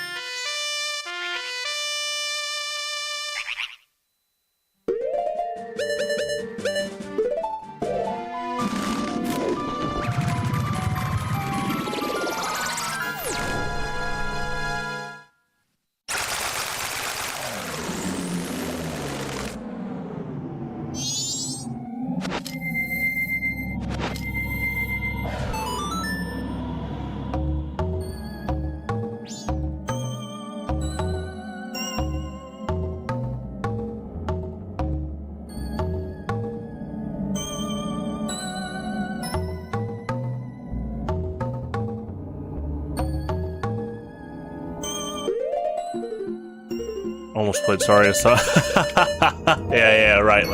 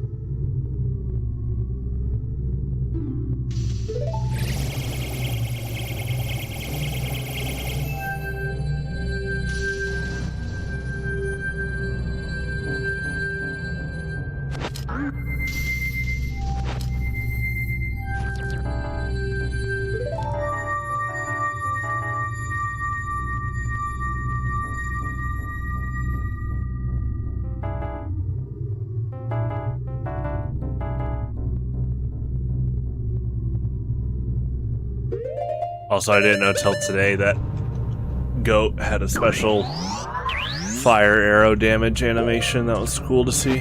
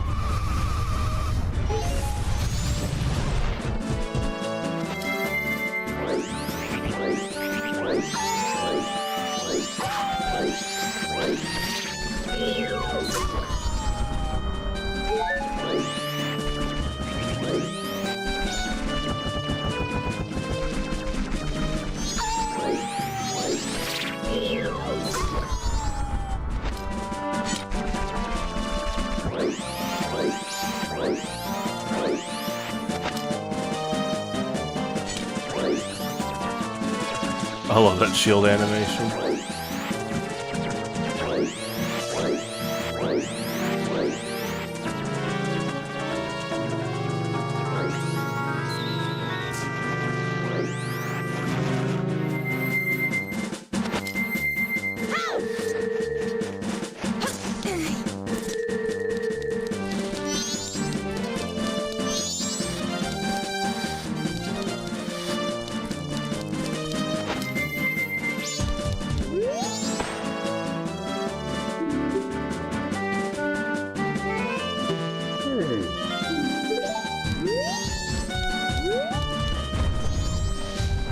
Okay, I need to get a little more money right now.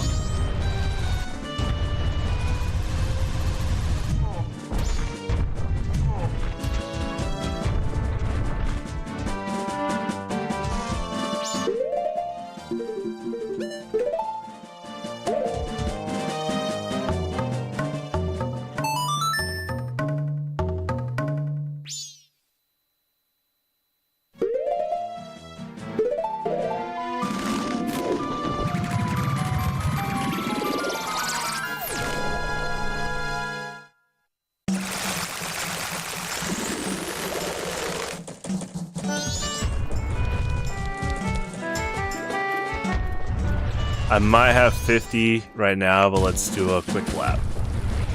Also because it's a lot of fun. Just classic. Rolling around.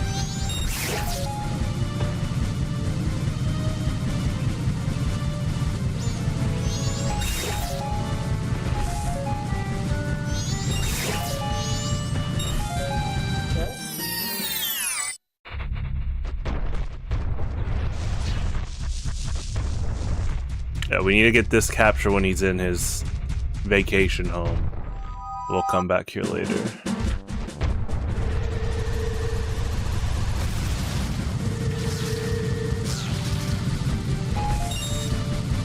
Right? It's so much fun. I just like the transformations in general. They really should make a third 64 Zelda, and Link maintains all his transformation masks and at least most of his items, if not all of them. That'd be cool.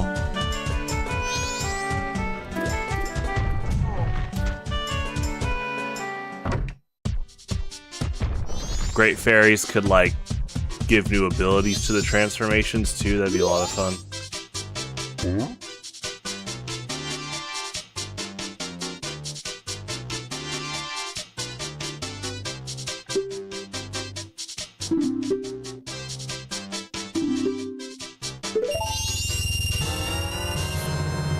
Man, usually exported resources for convenience have a much higher fee, but this guy's charging half the price as like the OG powder keg guy.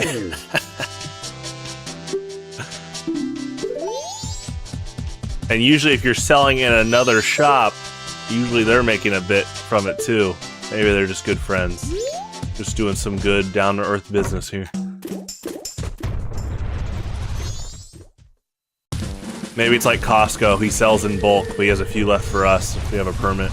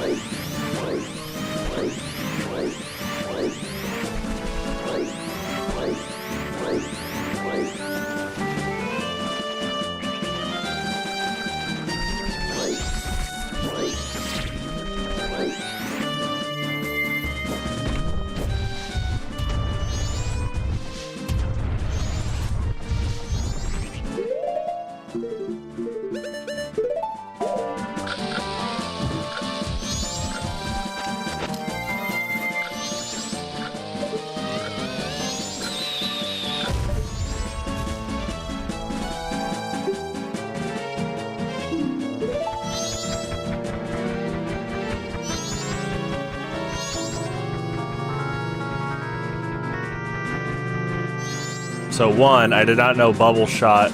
I've never done that before. I wanted to try it. Two, I didn't know that the baby Goron had different dialogue if it breaks open and you're not Goron Link. That was cool. I learned so many new things about this game to this day. It's pretty fun.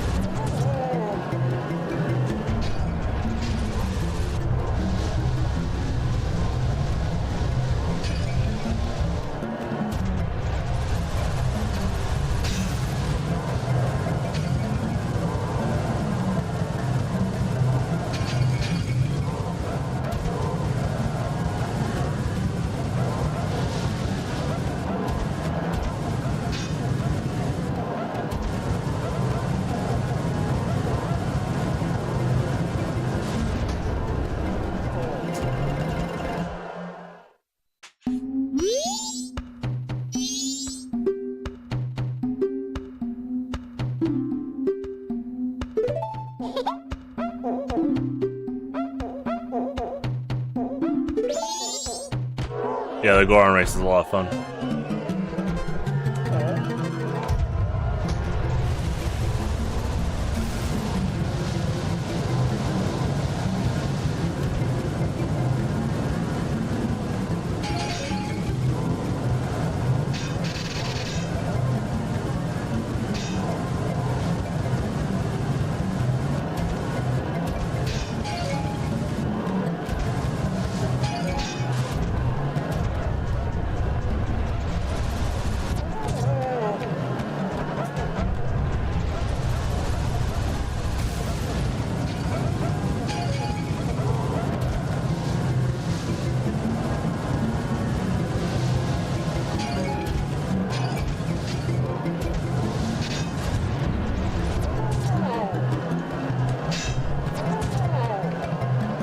Did some roll off the bridge? That was awesome.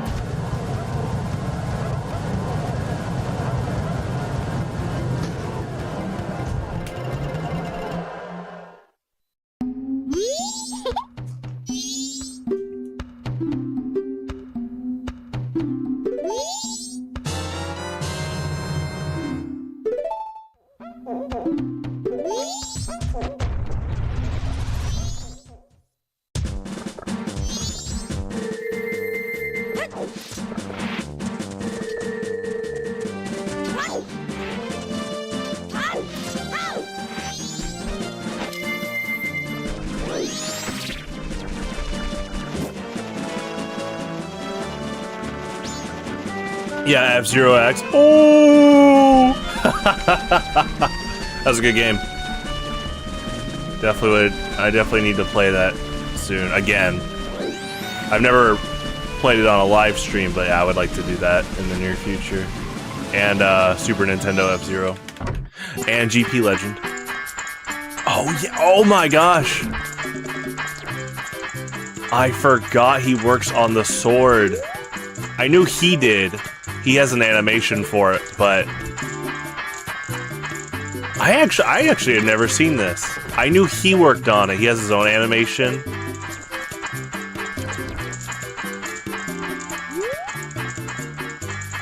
Okay, we gotta get some captures here. And yeah, he's drinking coffee. Hey! Obviously, no camera on the Atmosphere stream, but I hear you, man. Cheers.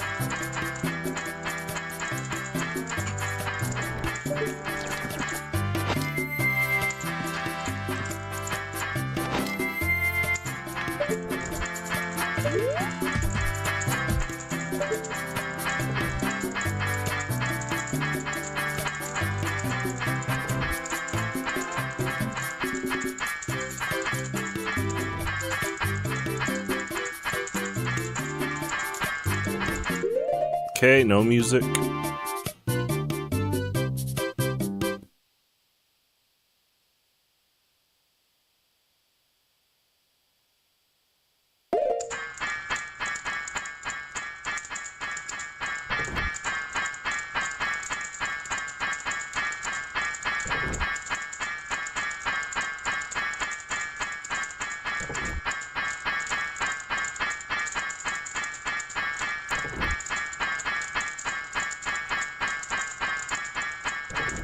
Oh, you know what?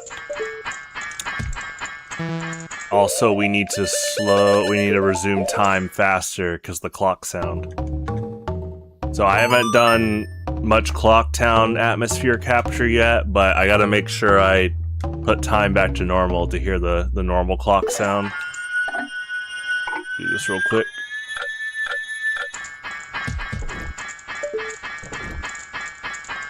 Let's put the furnace a little bit in here.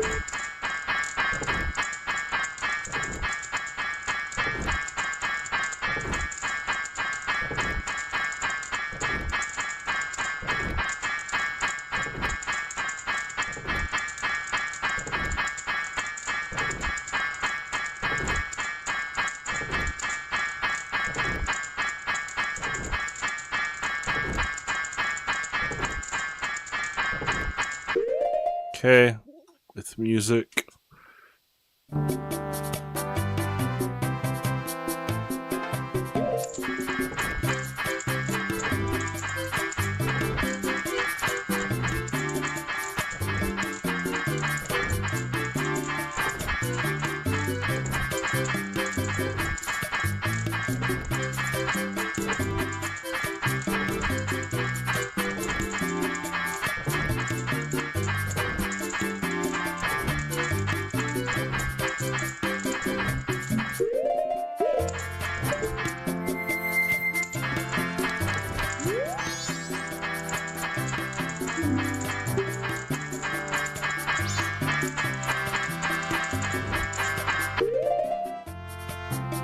Okay, I do want that shot, no music too. Yeah. Too bad. You lost your machine. Yeah. I knew he said something like that, but I actually didn't know the full thing he said till right now. Thank you.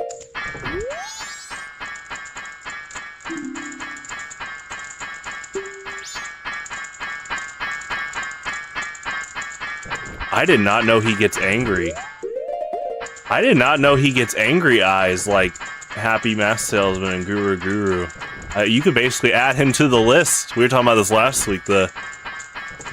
His eyes aren't always squinting like those two and Sakan, but Sakan never gets angry eyes. Despite him being the actual evil one. Guru Guru is on his redemption arc. I did not know this guy. I had never seen that face. I did not know that was dialogue. That was cool.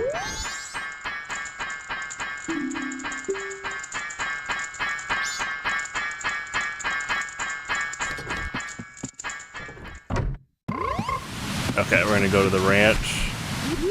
Characters you don't trust.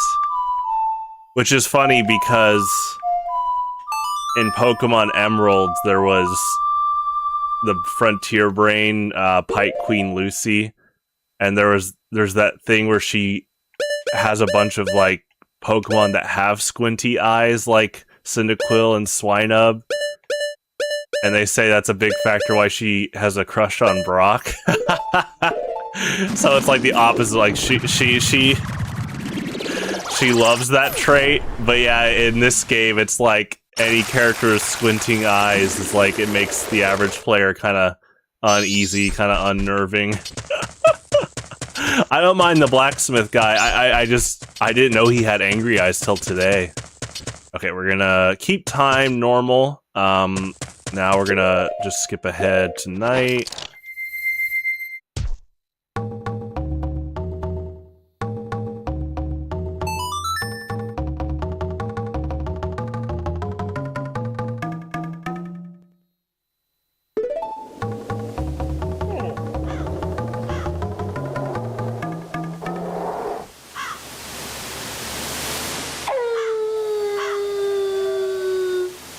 Okay, we're gonna be doing this without a map.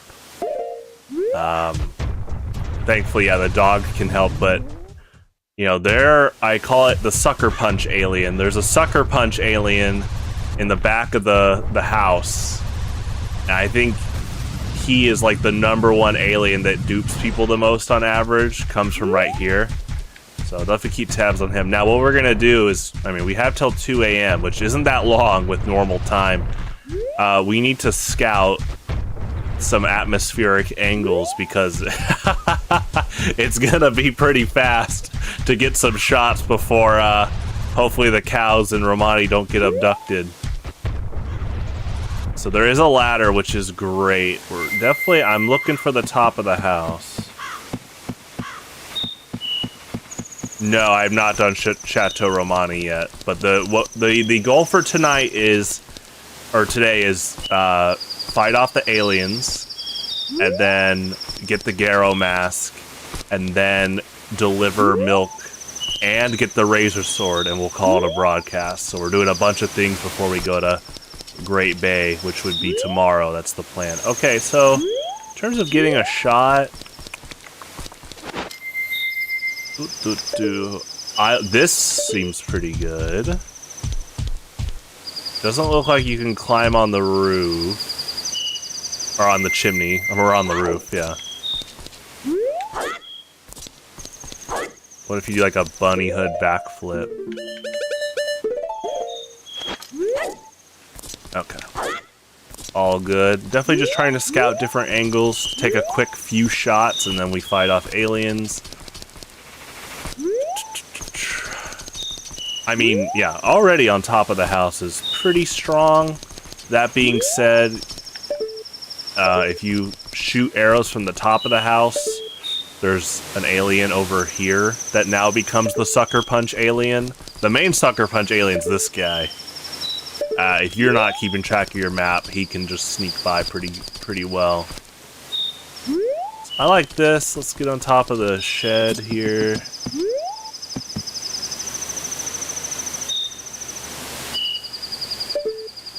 Not save states. I mean, I'll get the razor sword, then use an owl statue. Oh, I like this. Yeah, I'm not a save state guy in any game. Only time gosh, the last time I used a save state was college 2013. I save stated the Yellow Devil fight on my smartphone on Mega Man 1 just to practice that fight over and over and over on the go. But in terms of like trying to beat a game, I don't save state. If it's like load up to practice a fight, yeah, like Yellow Devil, that's yeah, I'm fine with that. But I don't save state playthroughs. Like if I die, that's on me. I gotta get better. I like this. I like this for a shot. Still got a little bit of time. Let's roll around, see if we can get some angles back here. I like this.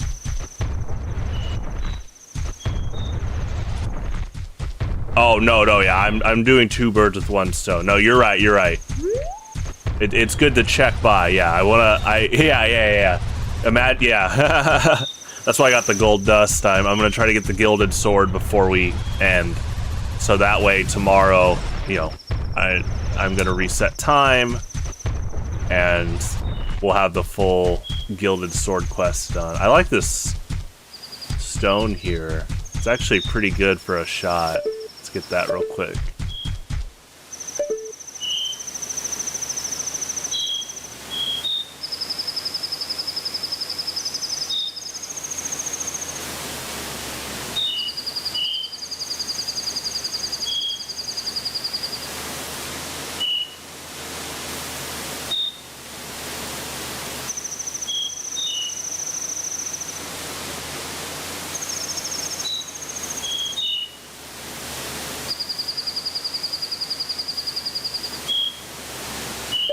I mean, I love the Razor Sword, but yeah, I'm trying to get this all done in one cycle and before we end the broadcast tonight.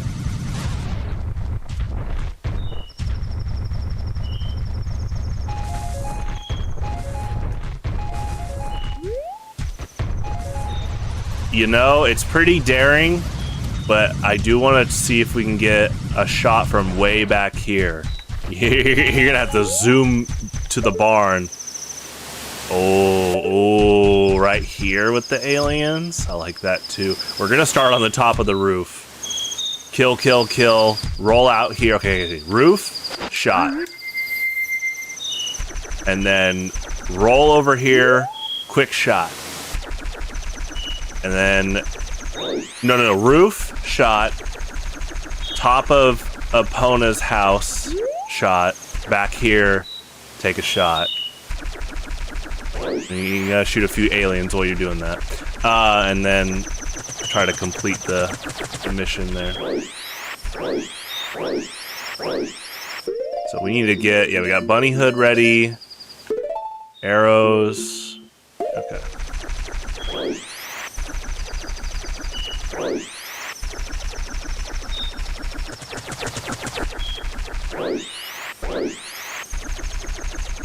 And these will be without music because of soundscape. We can get shots with music later, but yeah, a big part of the atmosphere shots is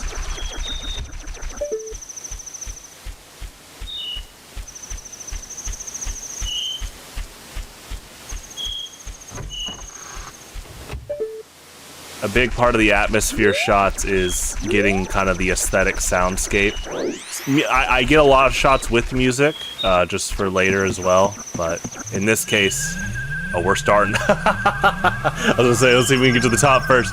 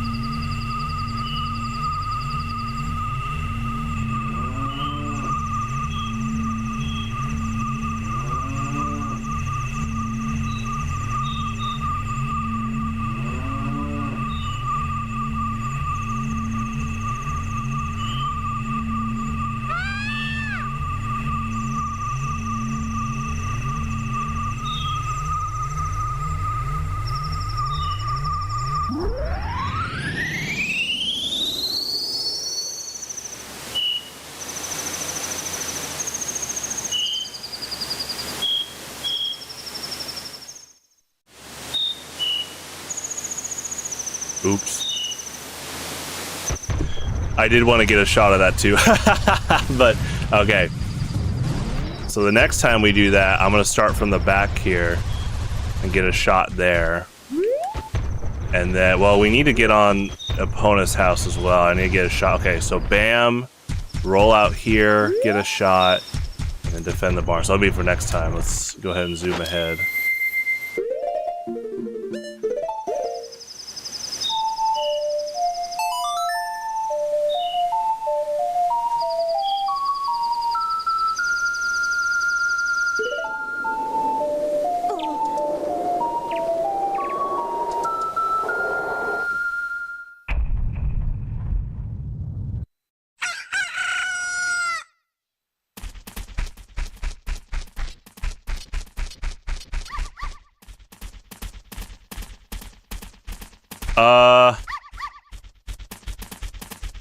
Is that Romani in the field?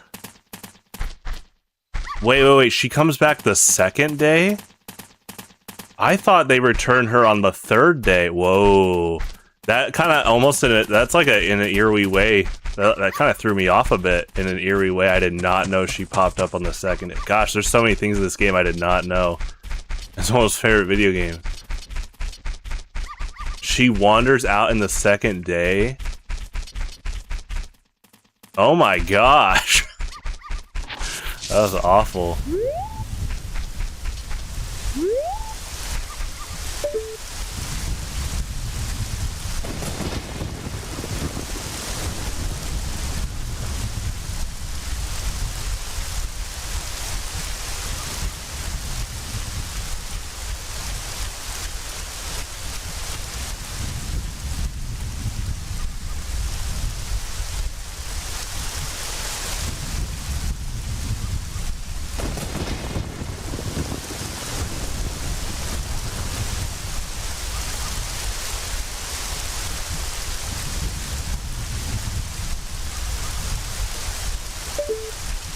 Yeah, I knew they mind smeared her, and you find her on the third day. But I didn't know she was here on the second day. I've never done this here.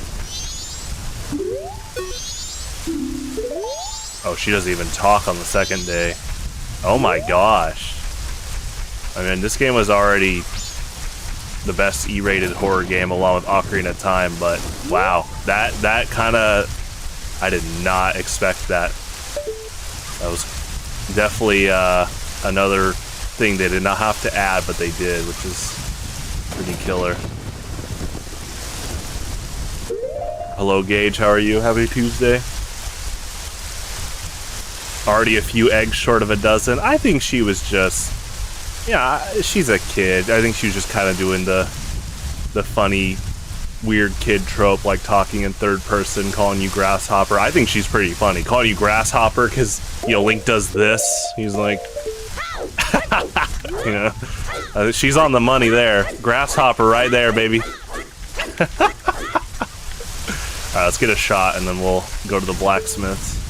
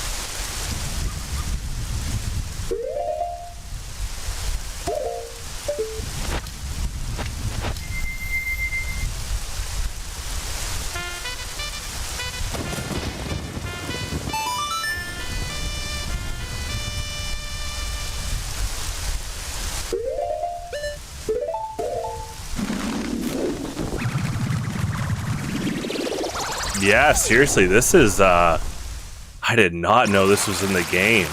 Just when I thought I've seen it all in terms of the eerie stuff in this game, that was pretty good in terms of just a They got like a haunting atmosphere, adding on to a game that I already thought had a really good haunting atmosphere, and just cool atmosphere in general.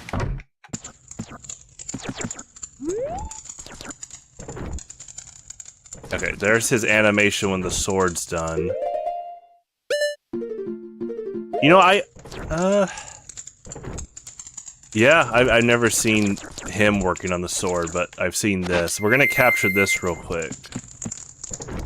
Because last time we did the capture, it was not normal time flow, so the clock was a little bit slower.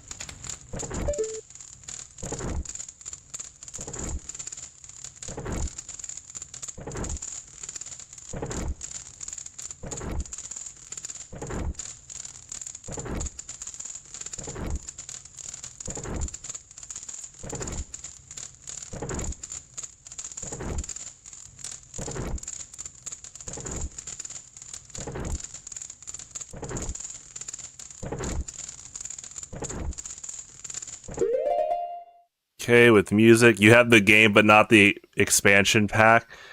Dang, I don't know how cheap or expensive that is right now, but this is definitely one of the best games ever made, along with Ocarina of Time. Don't just take my word for it. It is like, these are like some of the highest, like, overall review scored games too.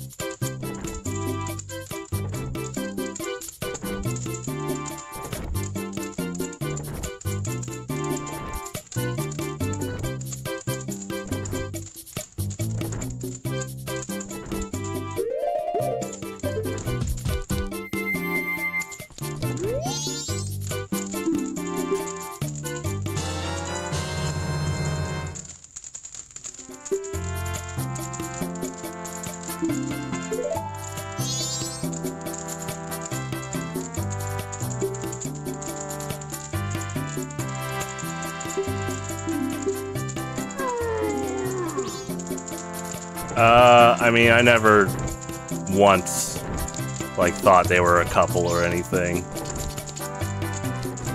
They're cool characters. They're definitely good blacksmiths. Gilded Sword, and there's a big rumor they made Phantom Ganon's sword in Wind Waker. Their insignia is on his sword, which is really cool. So, like, the theory is that Phantom Ganon got banished to another dimension after you beat him in Ocarina of Time, which Ganondorf does say. I guess he says dimension between dimensions, but he dimension banished him overall. So the theory is that he ends up in Termina in the adult timeline, and then he meets these guys, and they make his sword, and then he comes back with the new sword during Wind Waker, or leading into Wind Waker.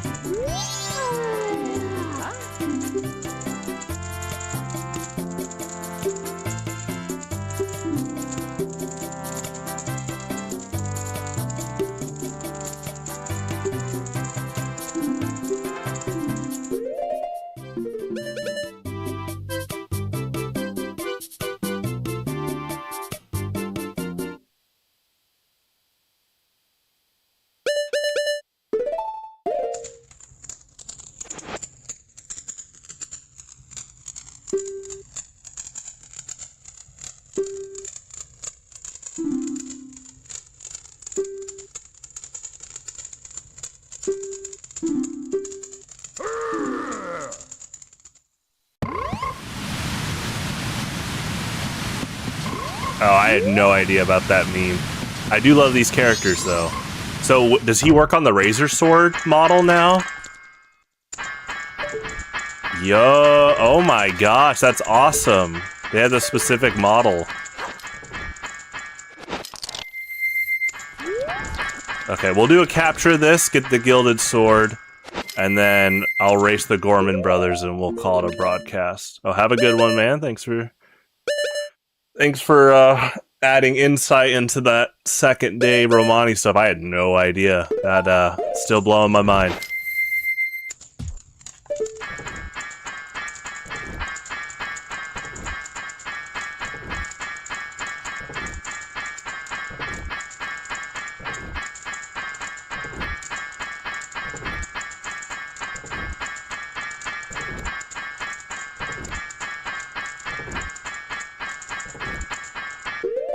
Okay, with music.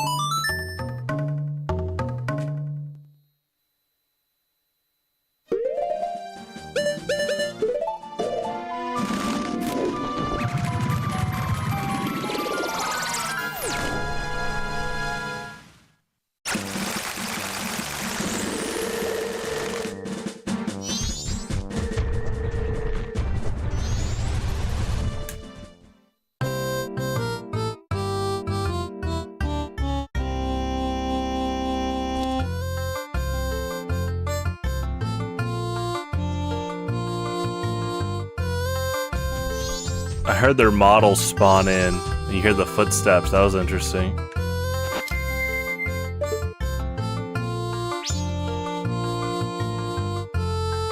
I just noticed this is like meat on a fire or a fireplace. I haven't started the fire yet, though. Let me get a shot here.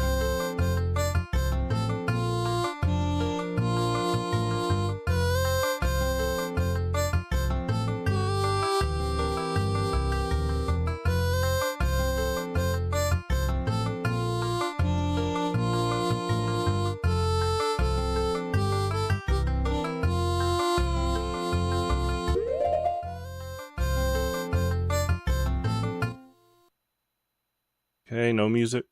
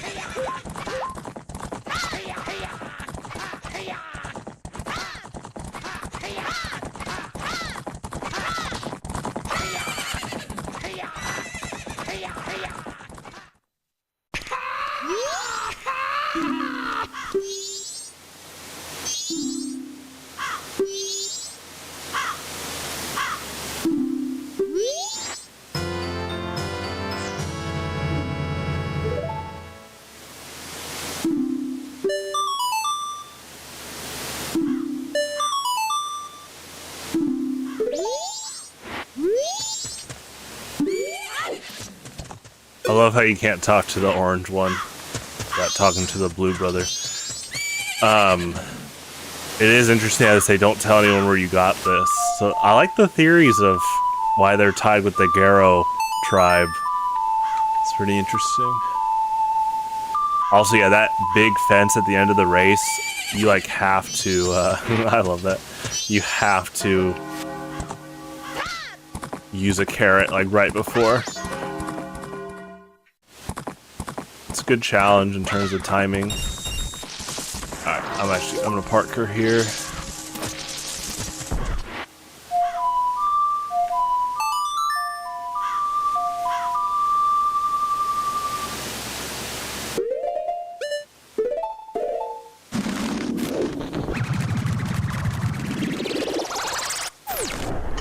Alright, so we'll get the gilded sword and then we'll end the broadcast.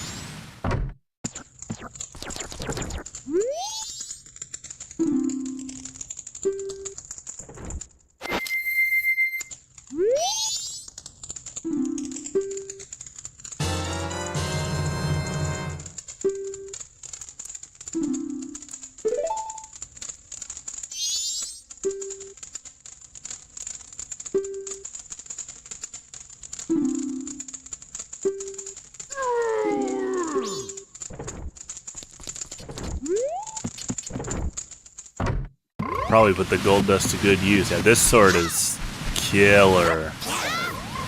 It is so strong. High damage, you still get to use your shield. Good range.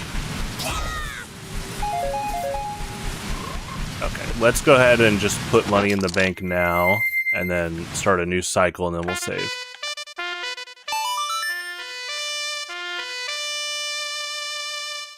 Or we'll put money in the bank and then, yeah. Song of time.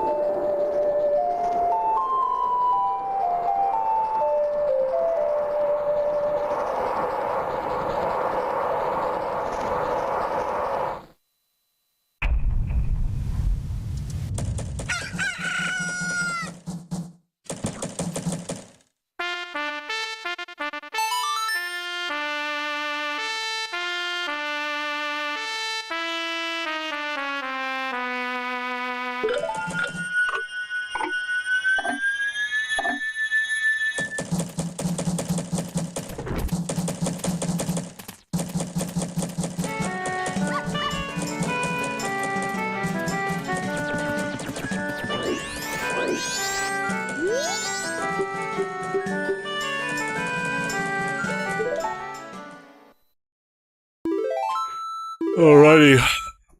Thank you all for tuning in. I will be back with this tomorrow, early afternoon. Super fun as always. We're gonna roll right into Great Bay. It might, the way this is lined up, it might be Great Bay and Great Bay Temple. That might round out around 4 hours. There's so many shots to get regardless, so that might be lined up for tomorrow. Though I will say the average temple, yeah, it's taken about a little over an hour to get all the shots to the different rooms. So I'm in no rush, but it's been fun so far.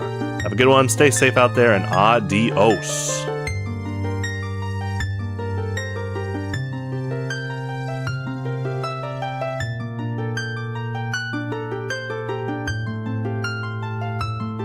Have a good one for sure.